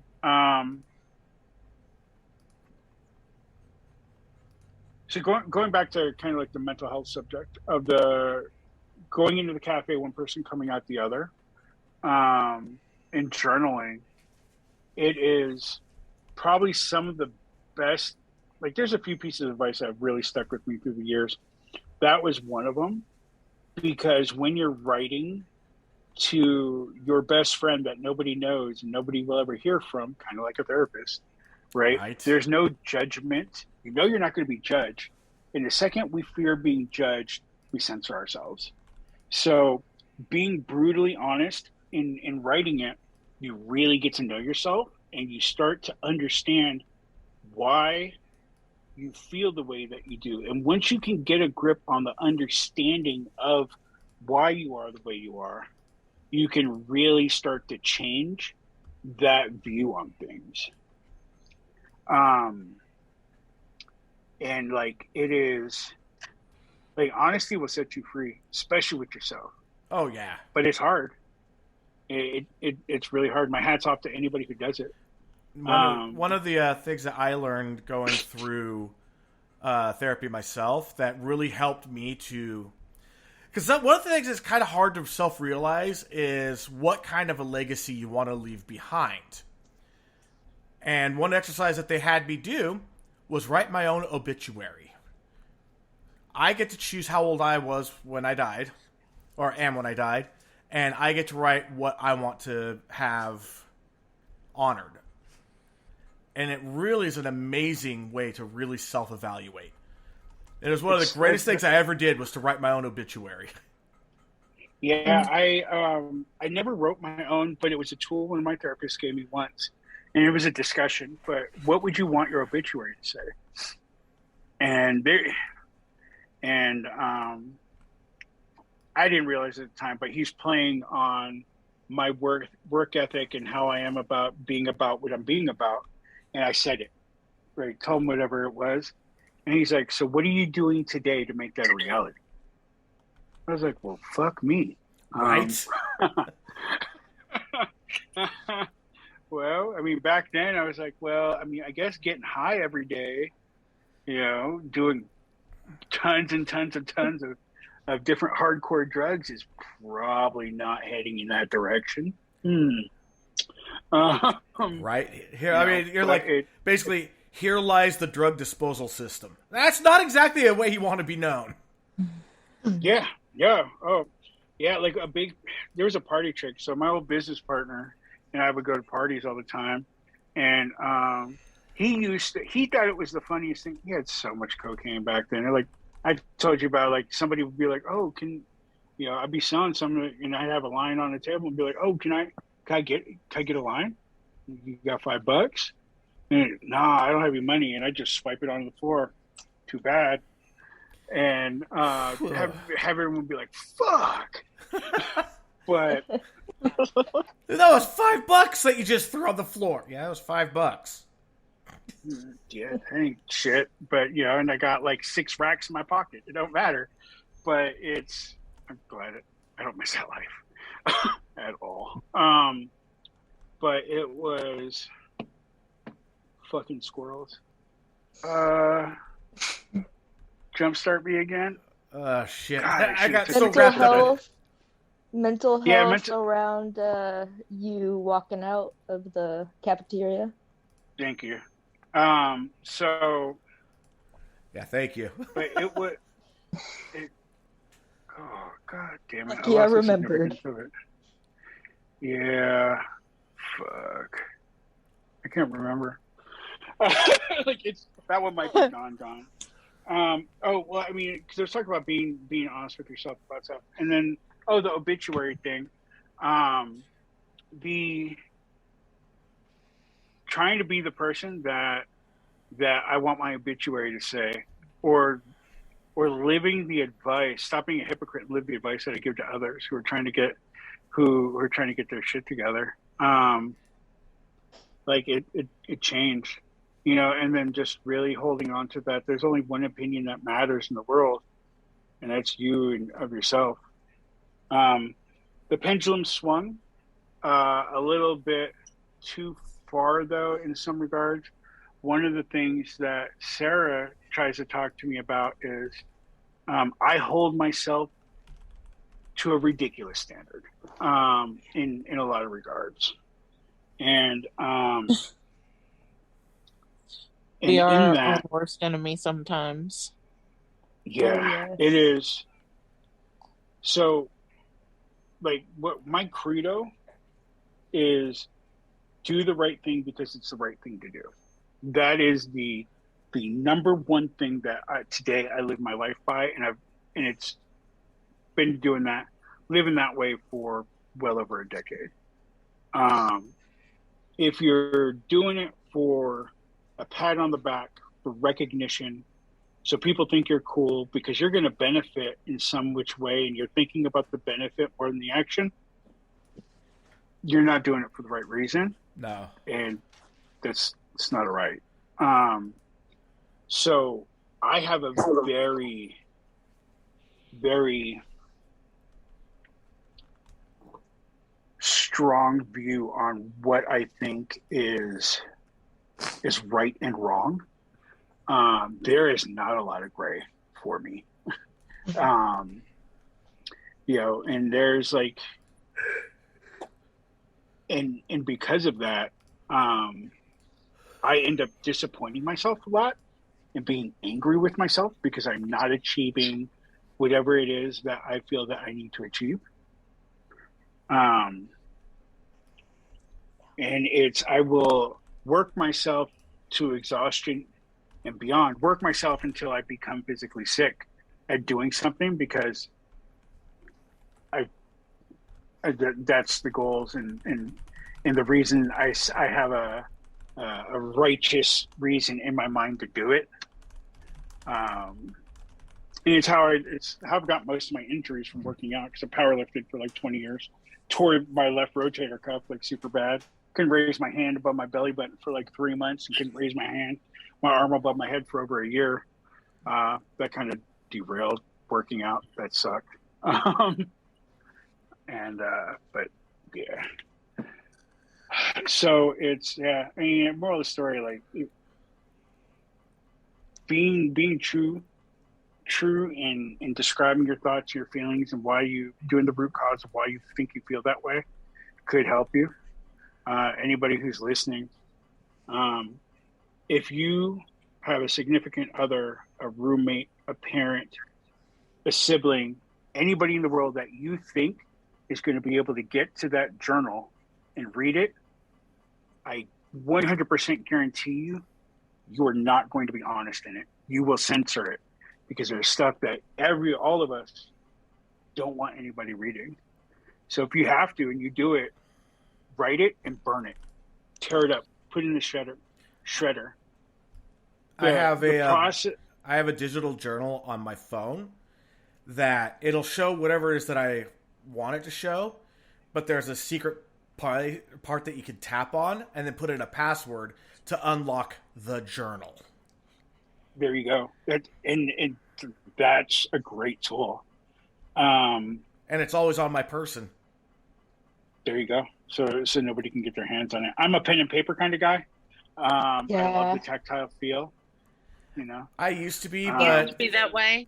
But my hands are too bad, and I can't do pen and paper. I have all my stuff on my phone. Too many years of typing and video games. I have to do it on my phone. I can't sit and write very long. My hand gets tired fast. Yeah, if it's not pen and paper, it's Apple Pencil because drink that juice. The apple juice. Yeah, really, really bad too. I loved it until I didn't. Yep. Although I still buy Apple products because, well, I'm in that ecosystem. Oh yeah, for sure. I'm like, I really want a new. So I'm on a 16-inch MacBook Pro. It's my work one, and then I have a 15, but I had a spare iMac. I gave that to my ex-wife. We had 2 iPads, but I'm like, you know what I want? I want the new Mac Mini Studio. Because I need another computer. But I just got done last night telling you, like, I'm really good with technology. I just don't fucking like it. Yeah. But what I'm using it for. I'm not saying this as an advertisement because I'm not being paid for this. But if they want to advertise us or want to sponsor us, we'd be happy to. My next computer's coming from Meta PC when I go for a PC. Veteran owned, and their proceeds go to helping homeless vets. There you go. Run that. Yeah. I have so much respect for people who've served. I actually carry a little bit of shame around that subject. So do I. So for having not served. My generation, exactly. My generation, my family is the only generation that hasn't. My uncle flew planes in Vietnam. The guy I grew up calling. My uncle is a different dude. Like very hard man, very not cruel, but like stoic. I think for the reason he couldn't let emotion show, or I feel like it would be the dam that broke. But yeah, he dropped a napalm on people in Vietnam. My dad flew a Huey in Vietnam. My grandfather retired a colonel. His father retired an officer. My sister married, now divorced, a Marine. For a big part of my life, a lot of my closest friends have all been ex-military. And I really, really wanted to enlist, but my mom was like, if you do, I'll disown you. And that's the excuse that I think, that's the excuse I choose to tell people, if I'm going to be brutally honest. But I think one of the bigger reasons that I didn't do it is I didn't have the confidence that I would be able to lose the weight to get in. It's too big, too fat, too slow. All the power in the world, but to this day on my bucket list, do 1 pull-up. Deadlift, 600 pounds. Leg press, over 1,200. Not a problem. Pull-up, yeah. Pull-up is, that's magic.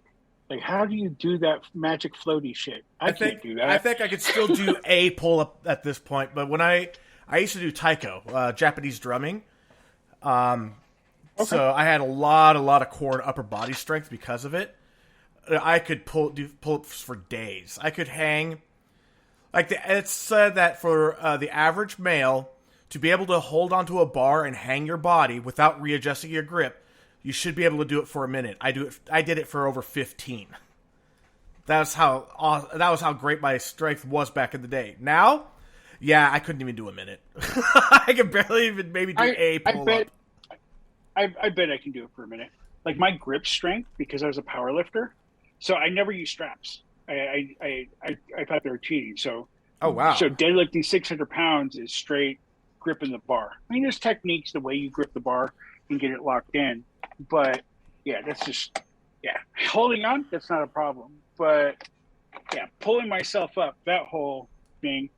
And what pisses me off is like I would go to the gym and they have the cheater thing where you kneel on it, set your weight, and it would offset your pull up. I could do like 40 pounds less, like 40 pounds help. So it might even be mental. 40 pounds and I could do a pull up. Well, I've lost weight. That was like I was 300 pounds. I get down to 260. I still need 40 fucking pounds of offset to be able to do a pull up. I was gonna say, I don't think that your muscles atrophied if you're losing weight healthy. You should be getting more muscle. I lost all that weight because it's like I lost a lot of fat and gained a lot of muscle. Like I have no excuse. It's probably just mental. Yeah.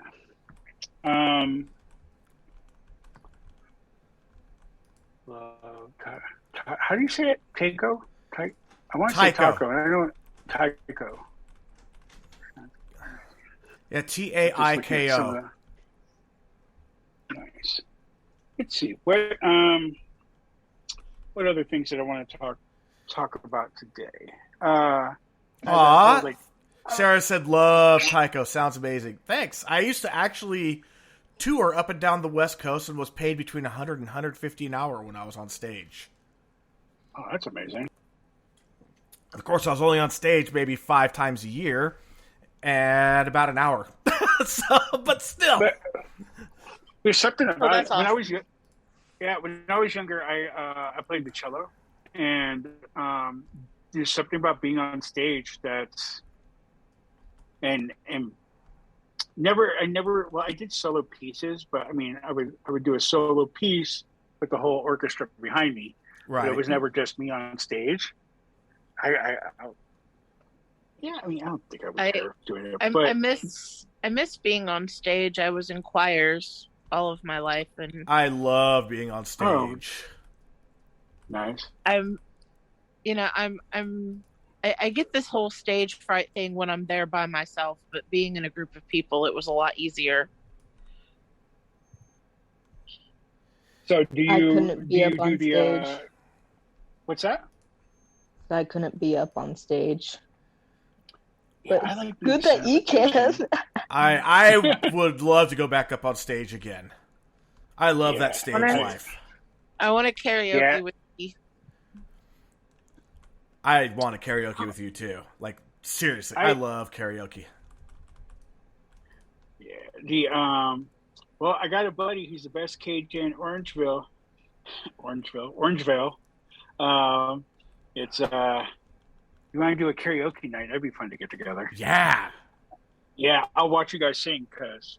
Well, Bexy's in Texas, so I'll have to fly to Cali for that. There you go. Oh yeah.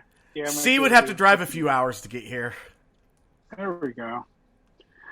Yeah. Wait.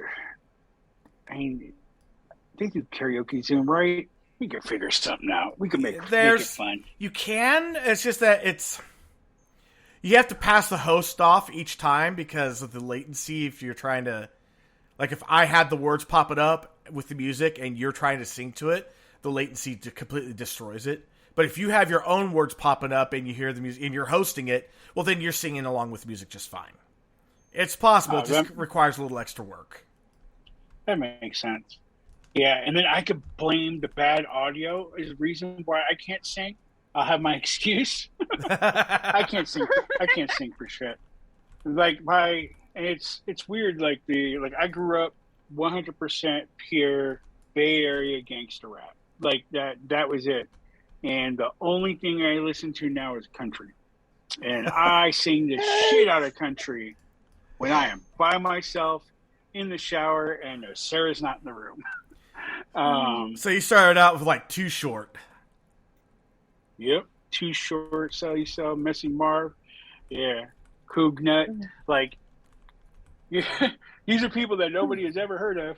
Well, Too Short, yeah. But unless you're pretty much from the Bay, or they had a really tight connection with Kansas City. So a lot of them, too. Oh, yeah. Or like, drunk. Yeah, I sing when I'm drunk. I'll karaoke when I'm drunk. Well, like when you're saying the Kansas City connection, Tech Nine. Kansas City connection right there to the Bay. Yeah. Yeah, and what was the rapper that I can't remember his name? Mac Dre. Mac Dre got in Kansas City. Rip. Yeah. Love Mac Dre. Yeah. And of course, now you got E40. Yeah. E40 fonts, really. Yeah, and all the artists that he's brought to light. Like, out of everybody he's brought up, the Federation's my favorite. But the Tech Nine van was parked right there. Oh yeah. Tech Nine's van was parked down the street from Sarah's house in Kansas City. I remember the first time I went to go see her. She always laughs when we're telling people about when we first started seeing each other.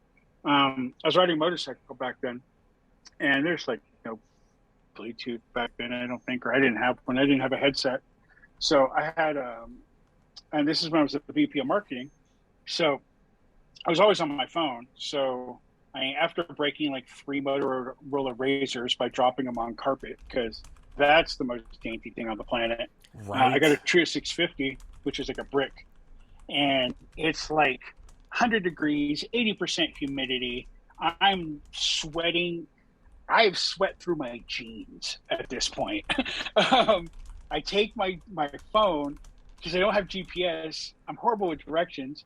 I shove the phone up into my helmet so I can talk to her while I'm riding. And she's like, I'm getting heat stroke. And I'm like driving all over the area where she lives, trying to find her house. And any other person on the planet, I would have been like, fuck this, I'm going home. But because she was who she was, I was like, I'm going to make this happen. Some which way, I don't care if I got to stop and take a cab to get directions, I'm going to make it. She had a trend. Like, am super smitten. It shows. It is adorable. I love it. Yeah, she said, I thought for sure you were going to go home. Yeah. Yeah, no, that wasn't a thing.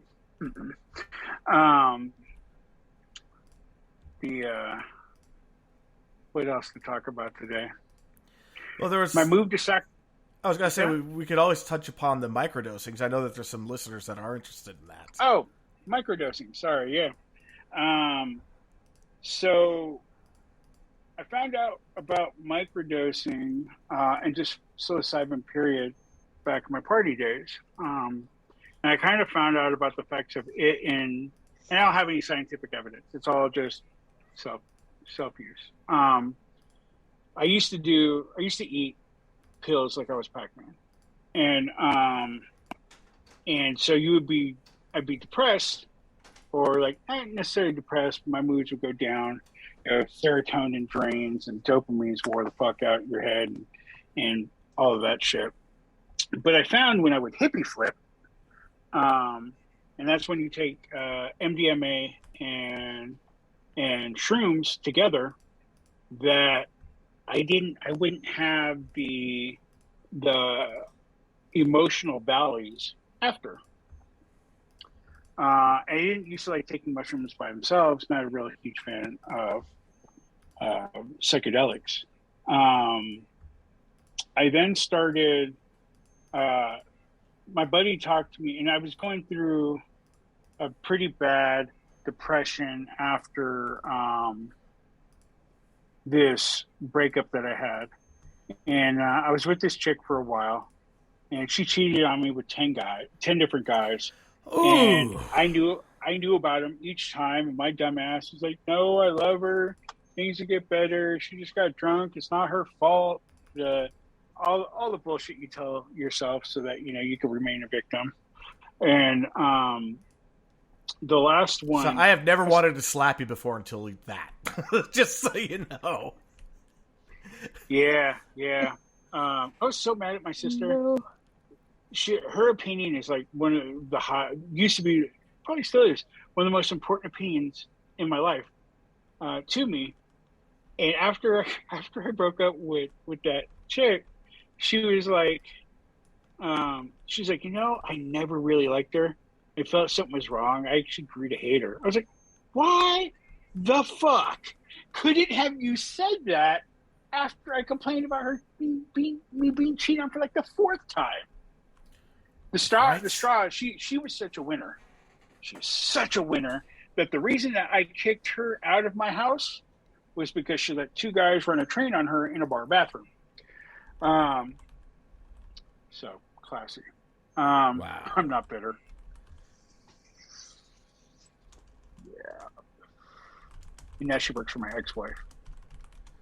On accident. Like, I was like, watch your back. She's not trustworthy. Anyway, so. Really? She's not? Oh.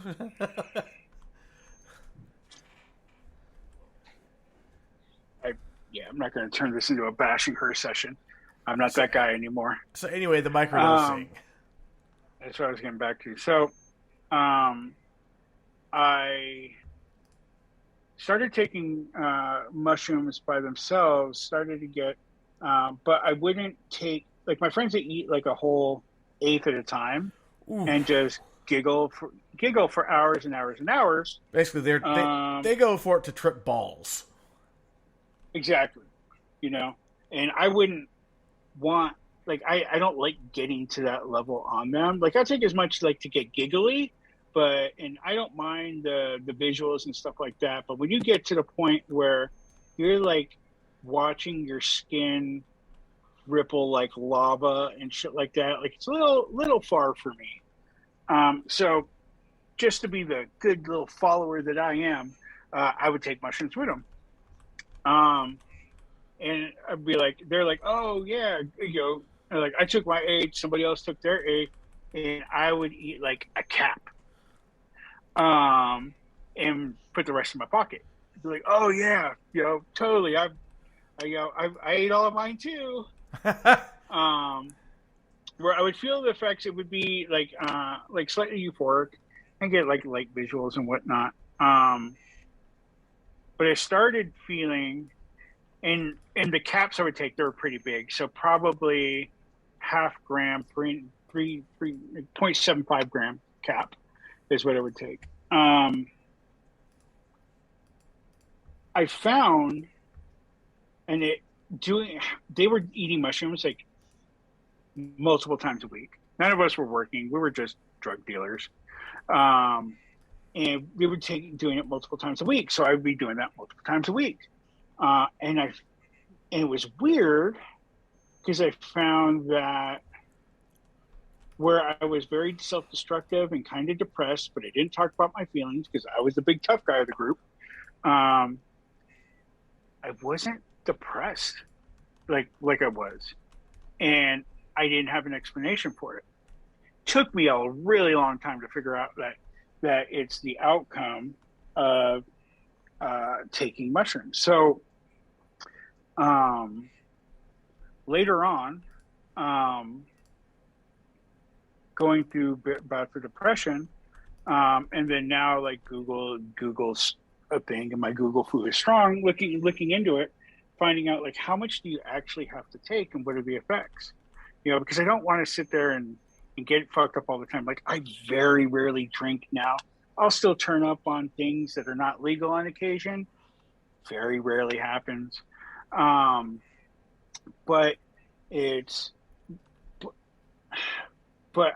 my life is so busy that I don't have the ability to be fucked up that often. So what's the least amount that I can take? And found out the sweet spot. It's different for everybody. You can take as little as 0.1 of a gram, 0.2 of a gram, where the effective dose for most people starts at about 0.5. So you're not feeling it. Although if you got a sensitive stomach, it very well at 0.1, 0.2 can fuck your stomach. So take it with an anti-diarrheal pill. It just depends on the person, but it doesn't make you happy. It just stops you from being sad. And I feel like what it feels like to me. That distinction is actually pretty important, though. Yeah. What it feels like to me is when you're sad, or not sad, when you're depressed, you have a cup that can only be filled with so much emotion, and whatever that emotion is, leaves no room for anything else. And what I feel like the best way that I can describe it is that it removes enough of the depression to give you room for other emotions to come in. So you'll still be angry if something makes you angry. You can feel joy, you can feel happiness, or you could be at a baseline and not feel anything, but not like Paxil numb, just like I don't have a reason to feel anything right now, so I don't. Yeah, when you said Paxil done, oh man, have I talked about that a few times. Yeah, no, I was on it myself. Like, that shit was so horrible. I was a zombie. Yep. And I was a zombie who couldn't come no matter what. I could jerk off for 3.5 hours. Yep. And nah. That's not a thing. Have the hottest, greatest sex that you've had. Mm-hmm. You're not finishing. Like, you'd still get up, but you're not finishing the job. No. I would have to plan 2 days ahead, not take my pills for 2 days so that I could finally bust on my third. If I did it 2 days in a row, even medicated, I could with the right person. Well, I was with the bitch who kept cheating on me, so she definitely wasn't the right person. No. Yeah, not even a little bit. So although I'm a little bit older now, it's like, why didn't I keep at least one of those? Just so I could be like, hey, honey. Although, honestly, it's even after a while, even for your partner, there's only so many times you could thrust before they're just like, look, I'm getting sore. I'm tired. I'm burnt out. Yeah, it's like my back and my front and my everything can't take it. Like, no, I'm done. Yeah. It's I don't mean back like back door. I mean like my back fucking hurts. I feel like I've been moving the house. Yeah. You should not feel like you just moved somebody after having sex. If you're into that, I don't kink shame. But if you got a house moving fetish, I would have sweat dripping off of me like I just got out of the shower. Yeah. Oh, yeah. Yeah, nothing so sexy like sweating in someone's mouth. Right. I looked like that Key Appeal, meme with the Yeah, Oh right? yeah. But back to microdosing.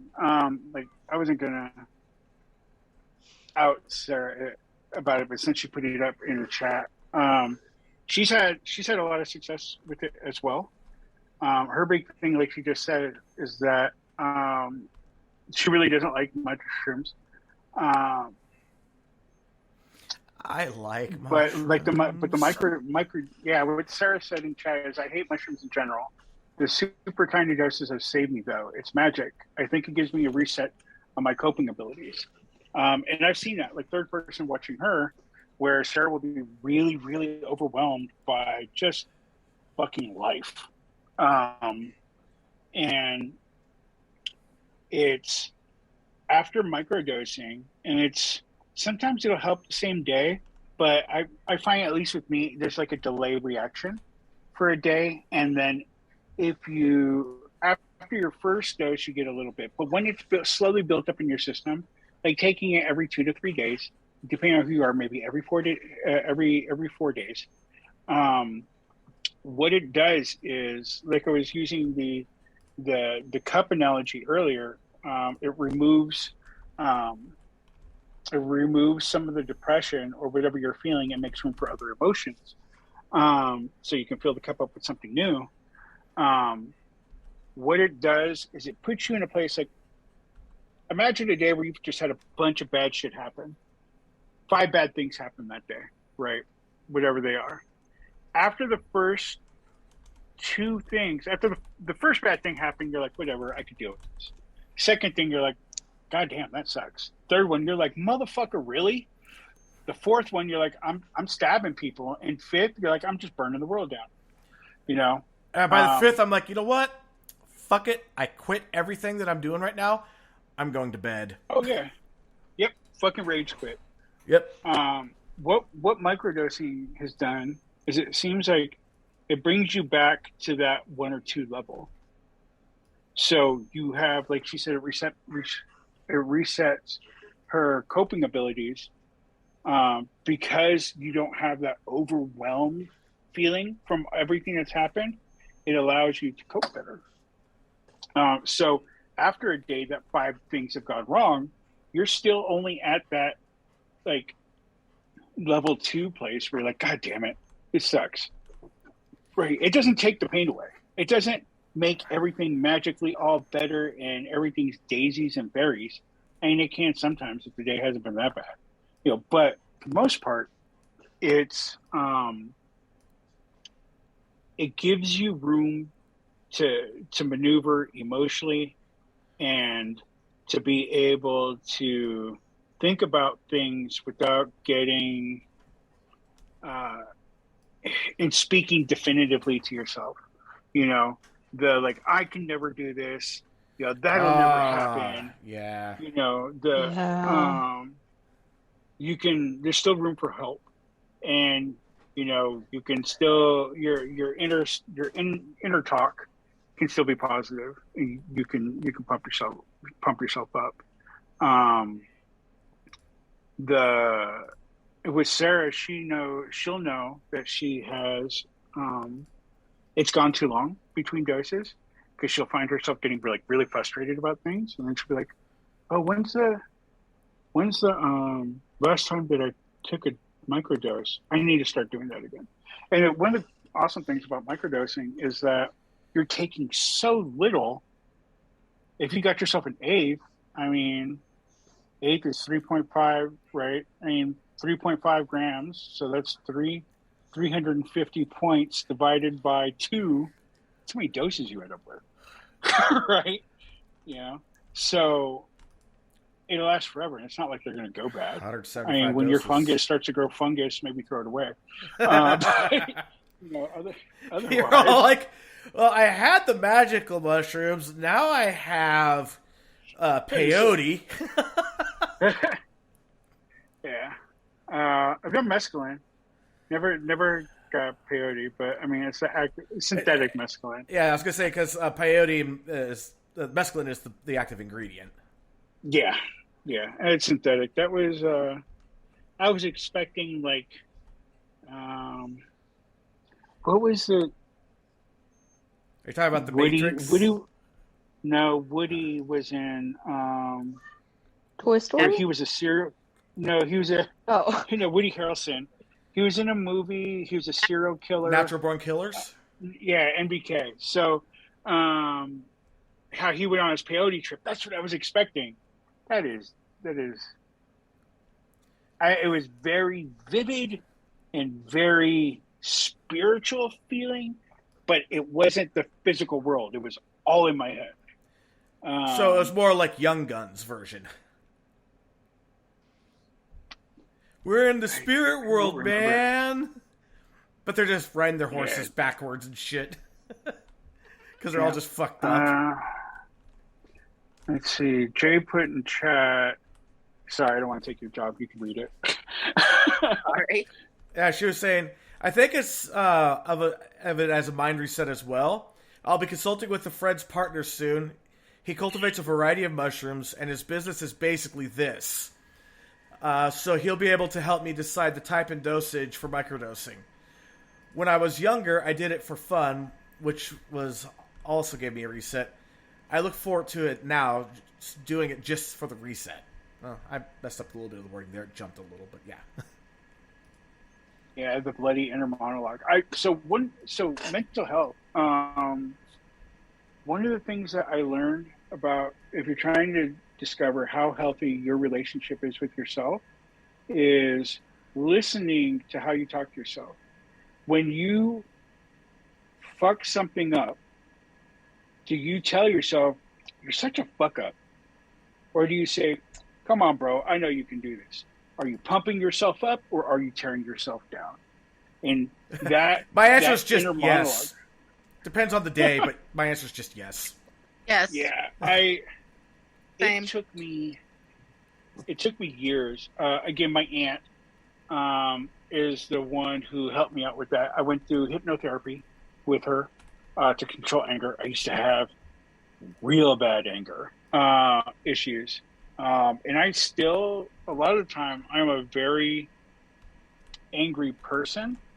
And when things really, really push me, I'll do this thing where I touch my thumb to my middle finger to this day. And it was my mid-teens.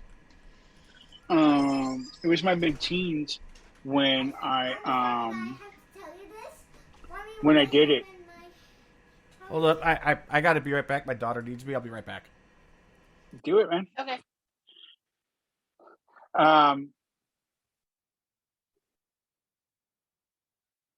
He didn't mute himself.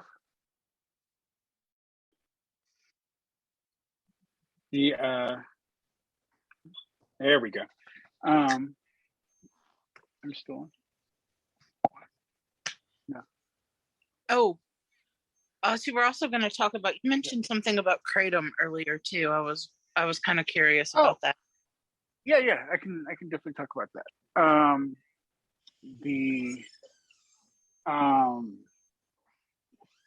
Kratom.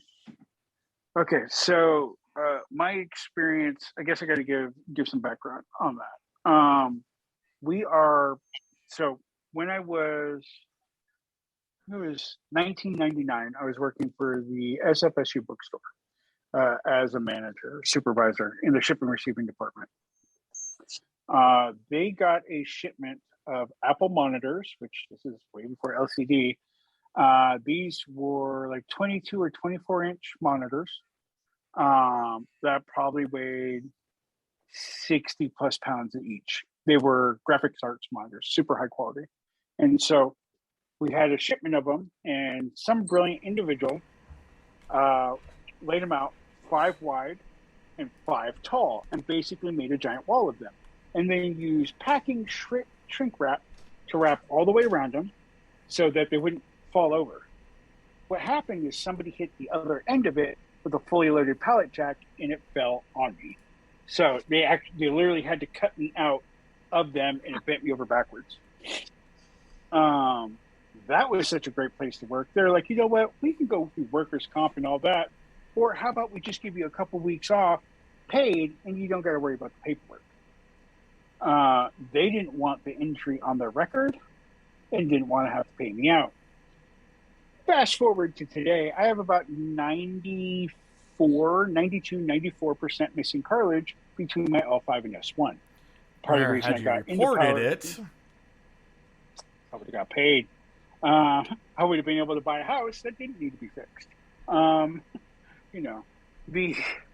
But as a result of that, I was on Vicodin for, I don't know, maybe 5-7 years. And then from there, I was on 10 milligram Norcos for another 15 years plus. And then, so I would take anywhere from 3. When my back would go out, I didn't take them all the time, but I'd take anywhere from 3 to 10 a day. So thankfully, that's not my high. I don't like it, so it never drew me in. I've taken for as long as like 30 or 60 days every day, taking them because my back was so bad. But thankfully, I never got hooked on them. I just didn't like the feeling. I just didn't like the feeling of being in pain more. I understand that. When things started getting really bad, now whenever I'm in pain and I go to my doctor and it has to do with my back, I'm no longer on Norcos. Now it's Roxycontin. So we're going up, and it just sucks. Back in the day, my doctor tried to put me. He's like, you're taking way more pills than you should, and so maybe we just need to put you on Oxycontin. And back then, I was like, nah, I'm not trying to be a dope fiend. Like, I was like, how about we do something to prevent this shit from happening instead of just treating it acutely when it does? Because I have so many friends who've been addicted to pills. I didn't want to be one of those people. Terrified of it because my dad being addicted to crack forever. So fast forward, I haven't taken opiates in a really long time. And Kratom is would be so much better at Bertram's in here.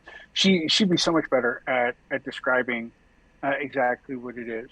But hey, Sarah, get on the call.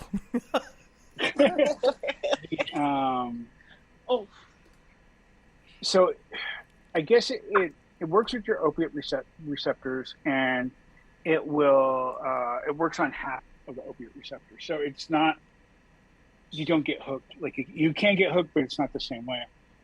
You could buy it over the counter in powder form. When I need it, I take between 7 and 8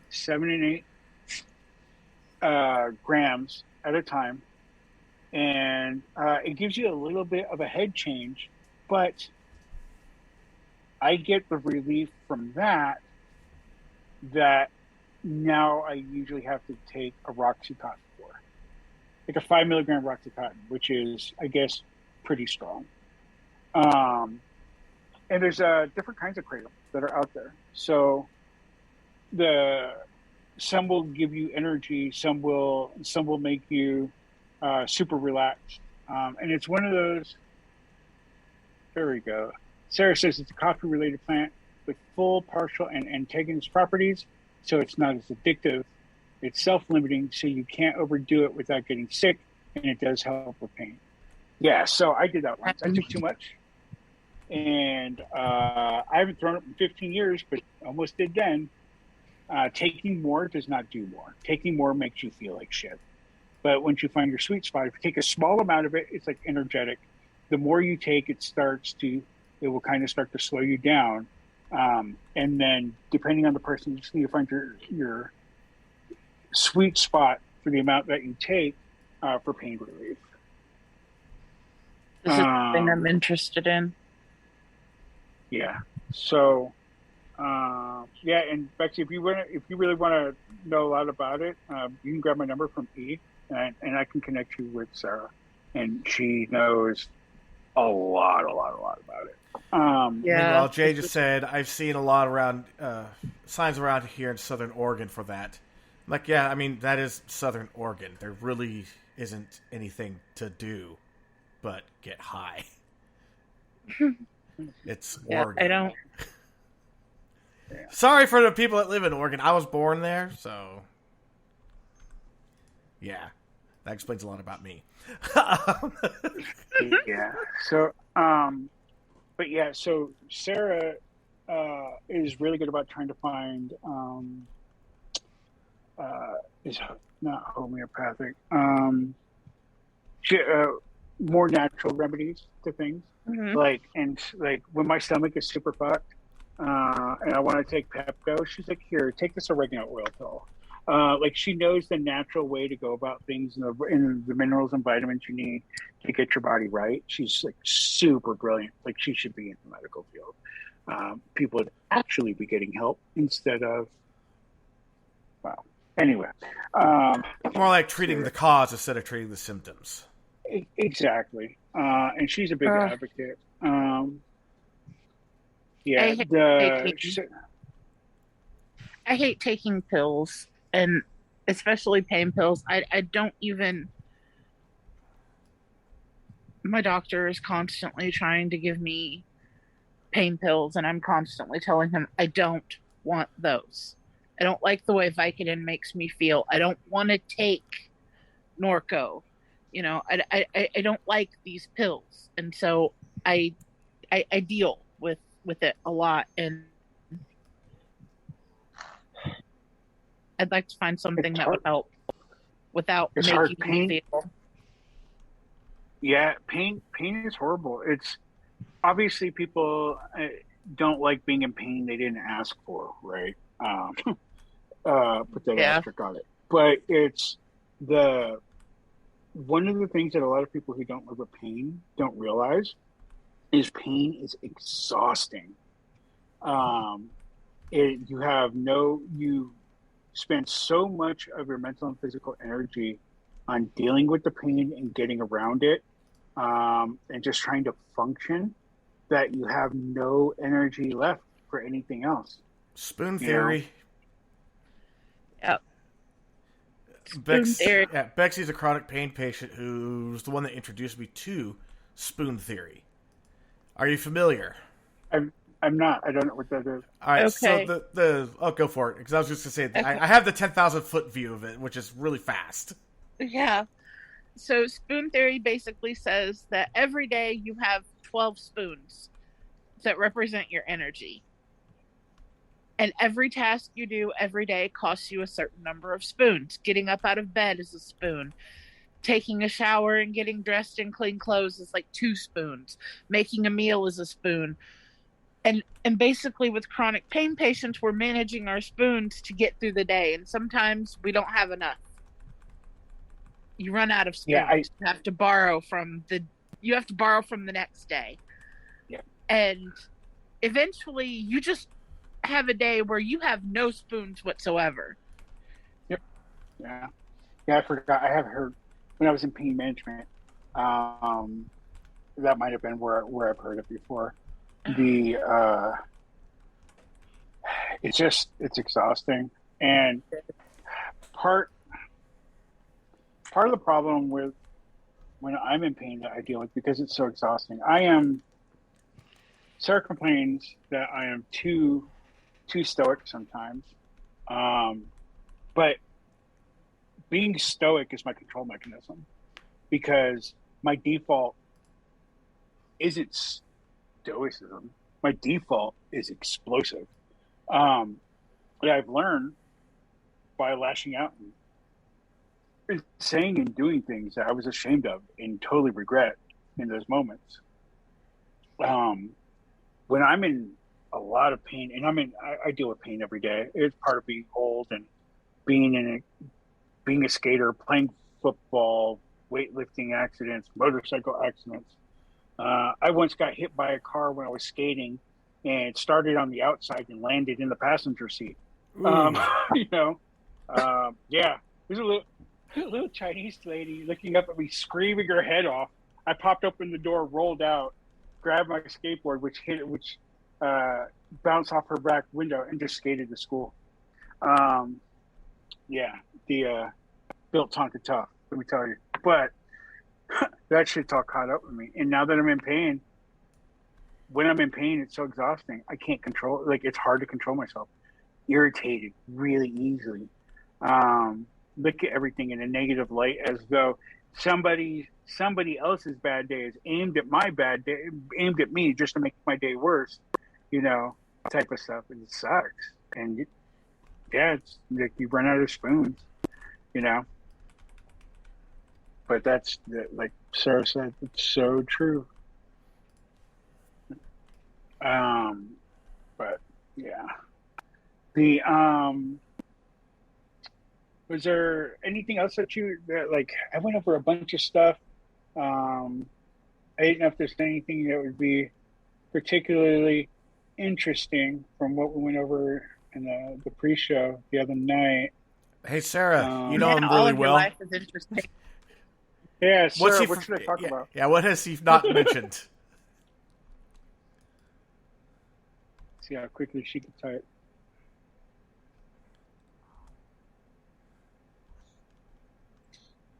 She might be doing something.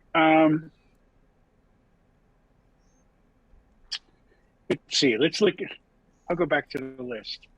D&D nerd, gangbanger, selling drugs since I was 13. I got shot. I got stabbed. Those both suck. One I deserved, one I didn't. Yeah. She does lists too. I love her so much. Yeah, she's my everything. Her and her little boy. Move. Oh, here we go. Here's an interesting concept. So, I told you guys earlier about how I was a gangbanger, and I was like, you see people in the rap videos who are like thug life, like that wasn't it. It was selling drugs and violence and protecting our own, and it was a very hard exterior all the time. There's a high expectation of action and violence, and you were only really allowed to show two emotions. It was you could show happiness, or you could show anger. And if somebody really close to you died, you could show sadness. But if you showed anything else, really, you were showing weakness. And those who are weak were victimized. So everybody was very, like, people tried to get rid of their resting bitch face. Our goal was resting bitch face. You know what I mean?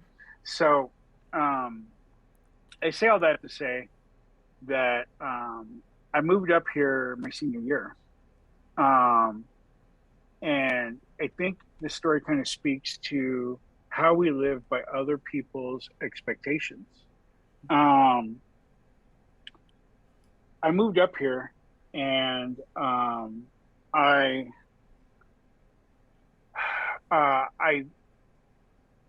was walking down the street. I was about to become a senior in high school. I was walking down the street and some lady said hi to me. And I moved up here with my uncle. And it took me about 5 minutes. She's like, hi. And I'm like, hi. It took me like 5 minutes to figure out. I hadn't met her through my uncle. It was just somebody being friendly. I was like, what the fuck? That's crazy. Friendly people. So I start high school, ended up going to Mariloma. And my son went there. I fell into the hippie crowd as far as possible from who I, the life that I lived. But what I realized is that nobody, like living where I was, everybody knew who I was. We all knew each other. We all had expectations of each other. But that lady saying hi to me and being really just honestly pleasant. Looking back on it, it's really sad that was so foreign to me at that point. I like that tattoo. Yes.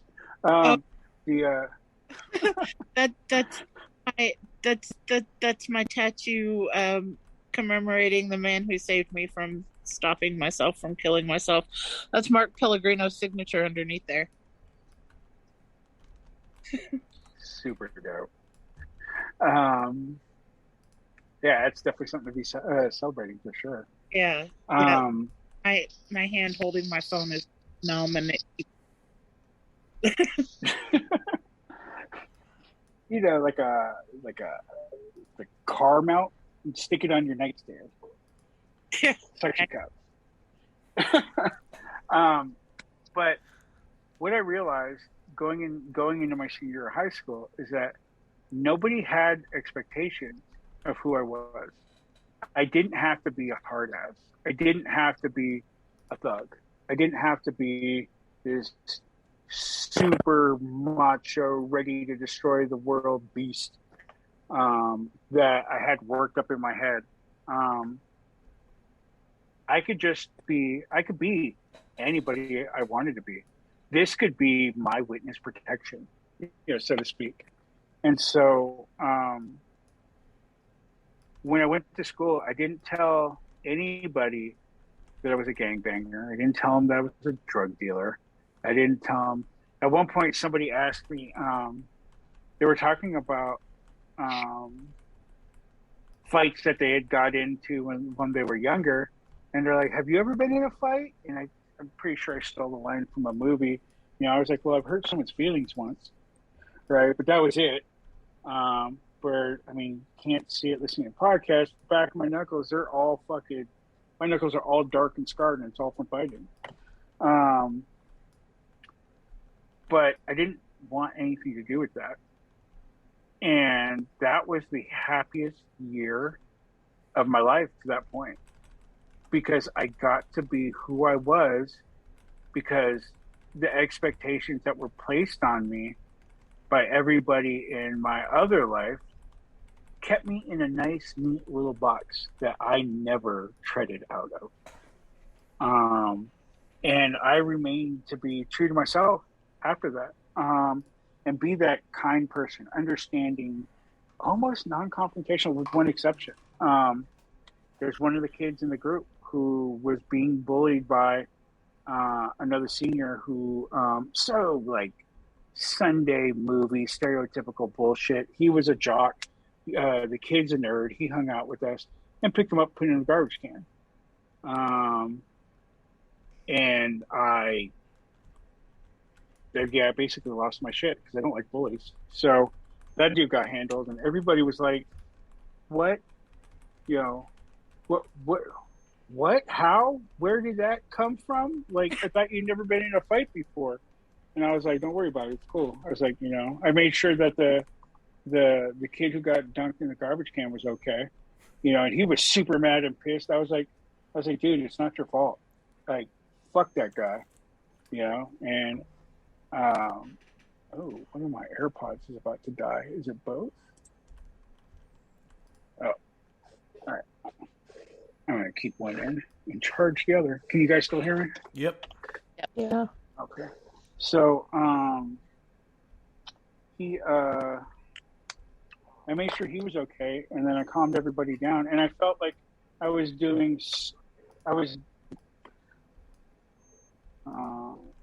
the worst part about that altercation wasn't being dude up. I was really upset that after they got over the surprise, they thought it was really cool that I did that.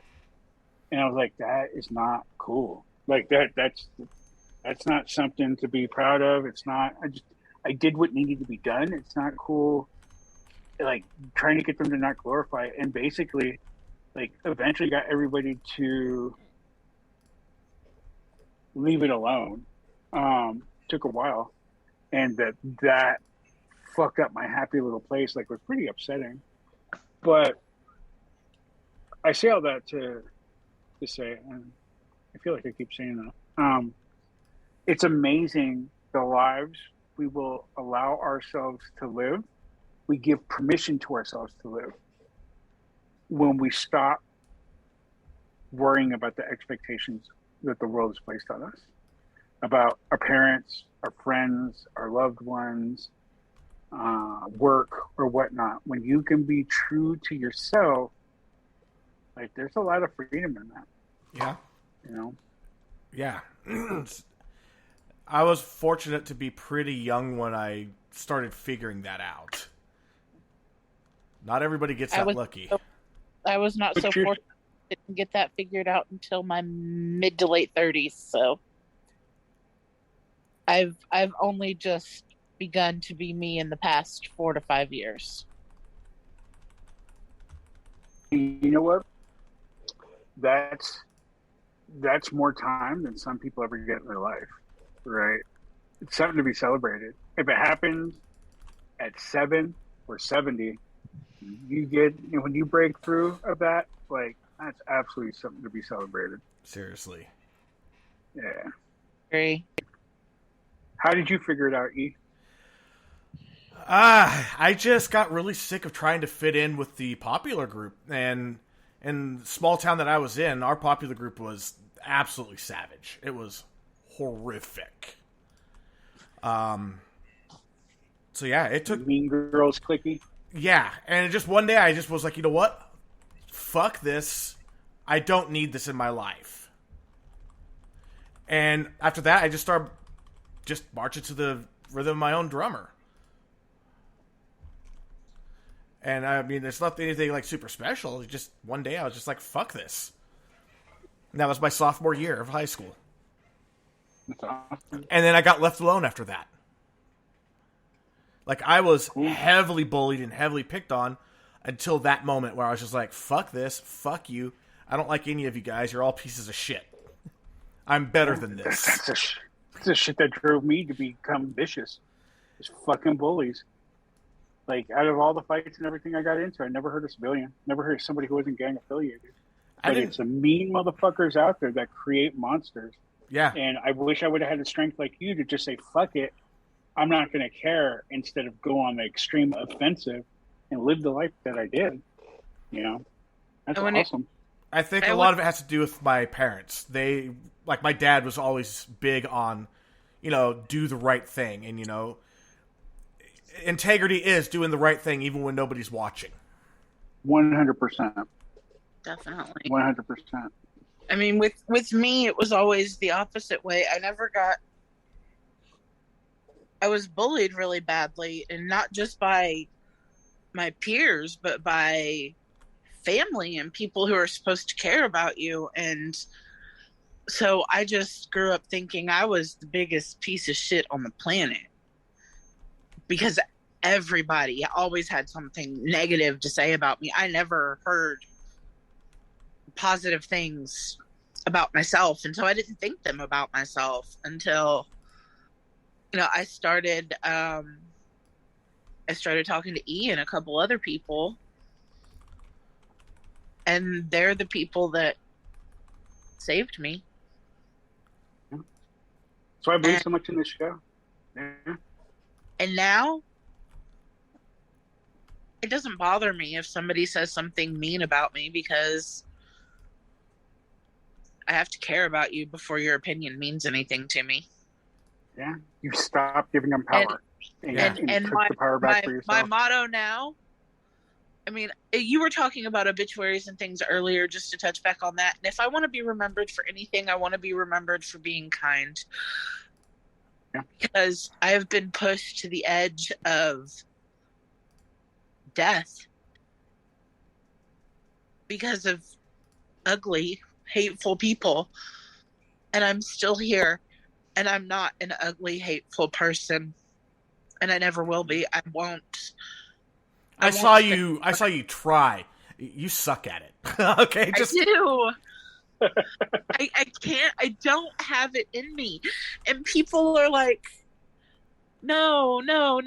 There's something in you somewhere that has to hate somebody. I can't. Even people that do me wrong. And you can ask E. I've talked about stuff to him. I can't hate anybody. I don't have it in me. I know what it feels like. Yeah, it's just not in her DNA. So my life is do no harm, but take no shit. Yep. There you go. Fuck. I like that. But when she needs help, I'm there. I will come charging in. I will draw the attention to me and let her go and take care of herself. Get her back into her home with good headspace. I haven't had to have you do that for quite some time. It's been a very long time. It's been a long time, but yeah, back in the day when I met him, if something upset me, all I had to do was send a text message with, a link attached maybe, and he's like, "Where are they?" Yeah. That's all I need to know. Where are they? That was it. Yeah. And then And it's and I'd sit back and I'd most likely be crying, but I'd watch him just eviscerate somebody. I'm kind of like Bane in that I was raised in that kind of the rolling in the mud. I was like, that's my upbringing. It's like these people, yeah, you adapted to it. I was raised in it. It's like I know when I need someone to troll the troll, I call E. To bully the bullies.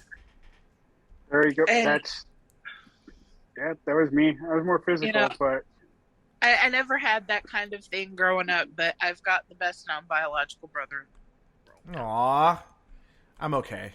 you're pretty dope. I think I'll keep you. You're a good guy.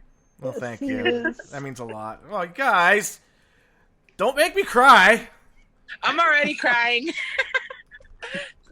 Oz has gotten me to cry a couple times now. Yeah, Yeah, I've and shed a few Becky, tears too. you're not alone. Like, your story is like, unfortunately, really common. Sarah went through the same thing. Yeah, I was just gonna say Sarah has left a really good big message there for us. Yeah, she said that's how my upbringing was. Grew up in a super cliquey part of Kansas City. I was treated like everything was wrong with me. Meeting people from California was the first time I met people who just accepted me. I always thought Cali was a stuck-up place. I didn't realize I came from the stuck-up place. She grew up with that judgment and basically treated as though she was defective. Well, California, for the most and- part, is so fucking diverse that Yep. it's just like, as long as you're true to yourself, who cares? Come hang out with us. Yeah. Right. There's Yeah. there's some definite assholes in California, but I can say for the most part, so one thing I'm proud about this state is that most of the people here were pretty accepting. Yeah, I mean that'd be the hard part about moving someplace else is like the diversity. It's my biggest concern of moving where I did because I'm now in Grass Valley. I am. It is almost cruelly conservative here, where I am, and I'm not going to get too political, but I was a liberal for a long time, but in actuality, I'm probably a libertarian, a liberal-leaning libertarian. But Left people, libertarianism's a thing. yeah, I mean, it's socially, it's not your fucking business. And Sarah just said the first time I pulled up here, people waved and said hi. I was like, "Holy crap!" yeah. Yeah. And I was worried about people being judgmental about even just not being from here. Yeah, just being from Sacramento, like, oh, those fucking city people. So I'm fucking in the country. Oh, I grew up in a town of 3,500 people. Yeah, Sarah and I were sitting on the deck a couple of days ago, looking out at our neighbor's yard next door, and there was like 4 or 5 deer just chilling, playing around, like young deer males learning to rut and doing all that, and like they weren't more than 150 feet from us. That's cool. Awesome. Yeah, stream in the backyard, storm downs trees. Unfortunately, we're still working on all that bullshit. It's crazy. But yeah, Sarah's story, unfortunately, is very much the same as Bexy's. But like I was saying the other night, I don't know if it's God or if it's the universe or it's the spaghetti monster, whatever you want to call that thing that's out there. That The FSM love this flying spaghetti monster. That puts things in your life that are hard so that you can learn how to get through them because you're strong enough. Because someday you're going to come across people who aren't as strong as you were, and you're going to know how to help. And look at you guys now. Am I mental? You're doing it every Thursday. We try. Right? You guys Most Thursdays. are... We are almost at the end of the season. Oh my god, I can't believe that. Yeah, we are. Yeah, we're only going to do like 1 or 2 episodes in May, and then we're off until June. Wow. Wow. Yeah, Well, we're only catch taking. up on some of your older shows. Yeah, we're only going to be off the air for about 2 weeks. There you go. Hopefully, you do something fun with the time. But most people like to bitch and complain about the things that go on in life, but they take zero action. Flapping your gums does not make a difference. Taking no action, being a spectator who never speaks up and only cheers the things that you think are important to your very small group of people that have no influence outside of your very small group of people is not helpful. Right, Right. and there You was guys there putting was. it out there. Thank you. There was something I was taught in 2001 that completely changed my life, which was, and it was work actually, and I was able to apply it to life in general. It was like, the difference between someone who gets promoted and someone who gets skipped over? With them. The person that gets promoted doesn't just spot the problem, they come with a solution. The person that stays where they are only complains about the problem. It's funny, that's something that I touch on in the book that I'm writing. Oh, my AirPod's about to die. Swap it over for the other one. All right, see? You guys hear me?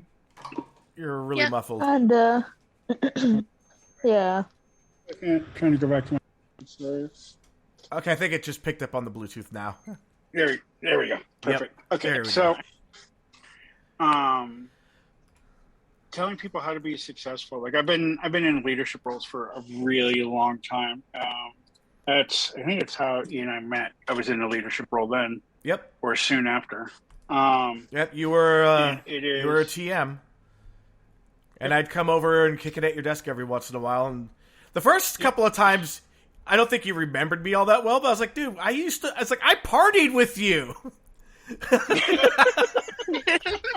But it's okay. I got it. AD&D is a bitch. AD&D, is that like AD&D is awesome. Dungeons and Dragons. AD&D is awesome. AD&D is a bitch. That's where I started. AD&D 2. Same. Let's see, diners and dragons and drive-ins and dives. Or if you follow the podcast Hello from the Magic Tavern, that is the actual magical world, isn't it? And then they play offices and bosses. You're like, oh, I get to play a mail clerk today. Sweet. Oh god, that podcast is hilarious.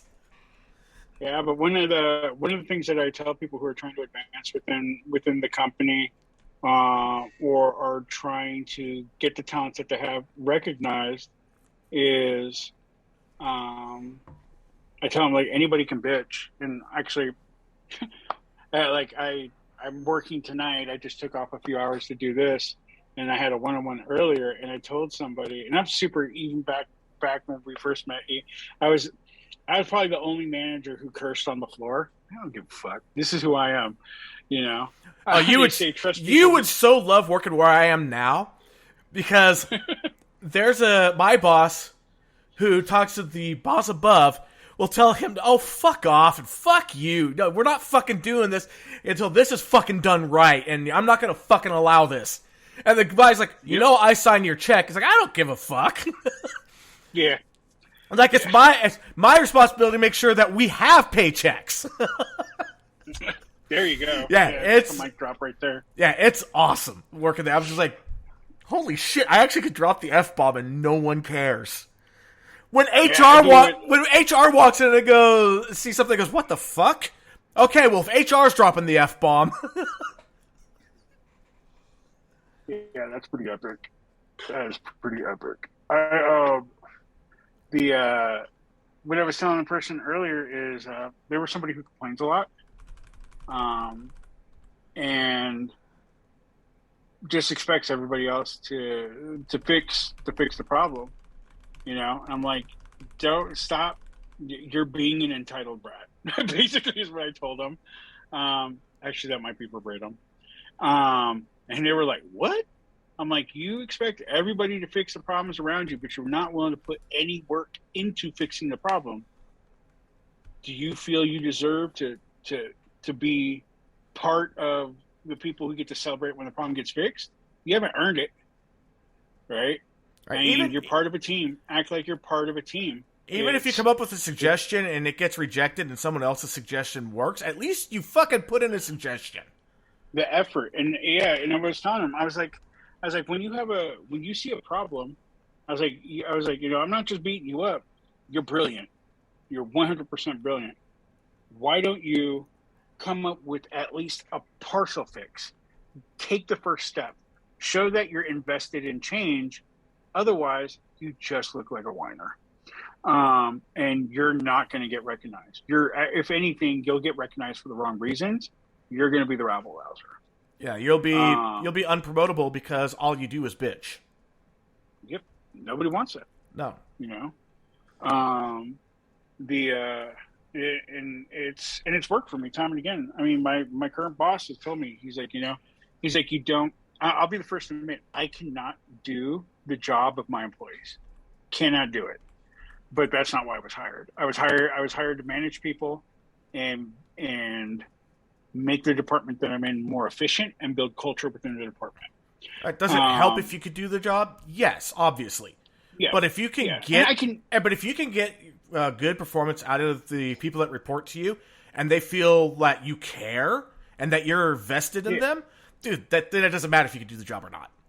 I would happily work for somebody that the best team. It's like I have no issues working with someone who openly is like, I can't do your job, but what I can do is make your life better and easier so you can do your job better. Dude, I'm in. Well, I'm in. Yeah, I could take their calls and do, because I manage an internal support desk. I could take their calls, but I'd be 100% K-base, like stuck in the knowledge base and troubleshooting stuff. I couldn't do it through wisdom and experience like they do.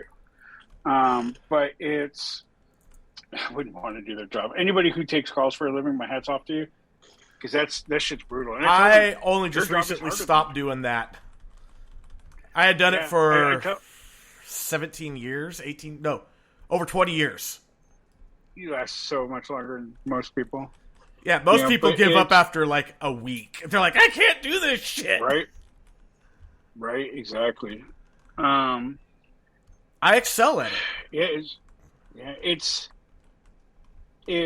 It's hard. The reason I think their job is harder than what I do is because I set up my day. I do what I want to do when I want to do it. My projects have deadlines. I work on a bunch of really large projects for the organization that I work for that are pretty far-reaching.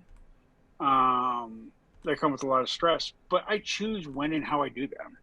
And that's far different than not knowing what psycho is going to be coming across the line next, and customers tend to be super entitled.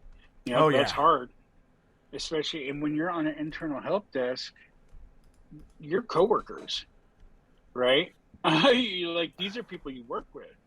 And so why are you wouldn't the next person who's on your team sitting 2 cubes down, you wouldn't talk to them that way. Why are you talking to me? And you need me to do your job. So, it's kind of like being in the drive-thru and being rude. I'm going to go ahead and yell at the person who can spit in my hamburger. That sounds like a great idea. Right? I know. I never understood that. It's like, you do realize that they could give you food poisoning and you wouldn't really be able to do shit about it because food poisoning happens. It's like the common phrase, the customer is always right, is so not misquoted. It is not the actual quote. The actual quote is, the customer is always right in matters of opinion. Oh, there you go. Yeah. It's been so quoted, and it's so misquoted, and people take that, and I've heard people say it. I used to work at a fast food joint, and if they had one slight little, there were people who would get angry, and I'm the customer and I'm always right. And I'm like, and that is your opinion. Yeah. Who said you're right? So we only have about It's 5 minutes left, and there is actually some really good dialogue I wanted to get out of the chat. Okay. Let me see. Well, the first The one chat. actually. Okay, we actually have another T-shirt now. Attention deficit dragons. I'd wear that shirt. I would wear that shirt too. Post Yes. it, I'll buy it. I mean, dragons like shiny things, so it fucking works. You want to go ahead and keep reading? Let's see here. Jay says, taking no action makes me intensely uncomfortable for my own self as well as for larger issues. When I was about 13, I learned that I had to do scary things to overcome challenges. And at that time, I was handicapped with shyness. Waiters couldn't hear my order at restaurants. So I signed myself up for drama class, and I continued issuing myself similar challenges and continue to still. It's how I'm calming my nerves, diving into the deep end. Sarah says, drama class was one of the few bright spots in my childhood. I could be someone else and show my talents without feeling like I was showing off. I loved every minute of it. That's where I met my hippies in high school. Jay says, same. It became my own handicap. Eventually, I was only comfortable while pretending to be someone else, and I was good at it. Too good. I had to quit and figure out how to be comfortable being myself around others. I think I didn't reach that goal until about 7 years ago. It required taking myself to business networking events and plugging myself as me. I'm an entrepreneur. Terrifying, but it worked. Sarah says, that's the thing with my lying. I became so good at it, I would do it for no reason other than it was easier. I started trying to practice radical honesty when I was in my early 20s. I still screw up sometimes, but I will try to immediately say, I'm sorry, that was a lie, and I felt like I needed to do that because it forces me to be authentic with people, which is really hard for me sometimes. But if I want to be accepted, I have to be vulnerable. Jay says, Sarah, I love that. I relate to that. How raw and beautiful.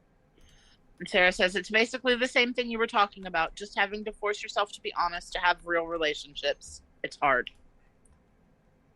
It's hard, but there's a lot of benefits to it. It is Sarah owns worth her it to shit. be your authentic self. She's come to me and she said, I've lied about something and I want to talk about it. And she offers the reason why she did, why the lie was told. And it's not like she's a prolific liar anymore. It's been like once or twice. It wasn't anything really big, but she has a reason for it. And I can tell when she's explaining the reason to me, it's not an excuse. She's trying to better understand it herself so she doesn't do it again. Like, she's had so much growth. That's an amazing thing. Yeah. She wows me all the time. Yeah.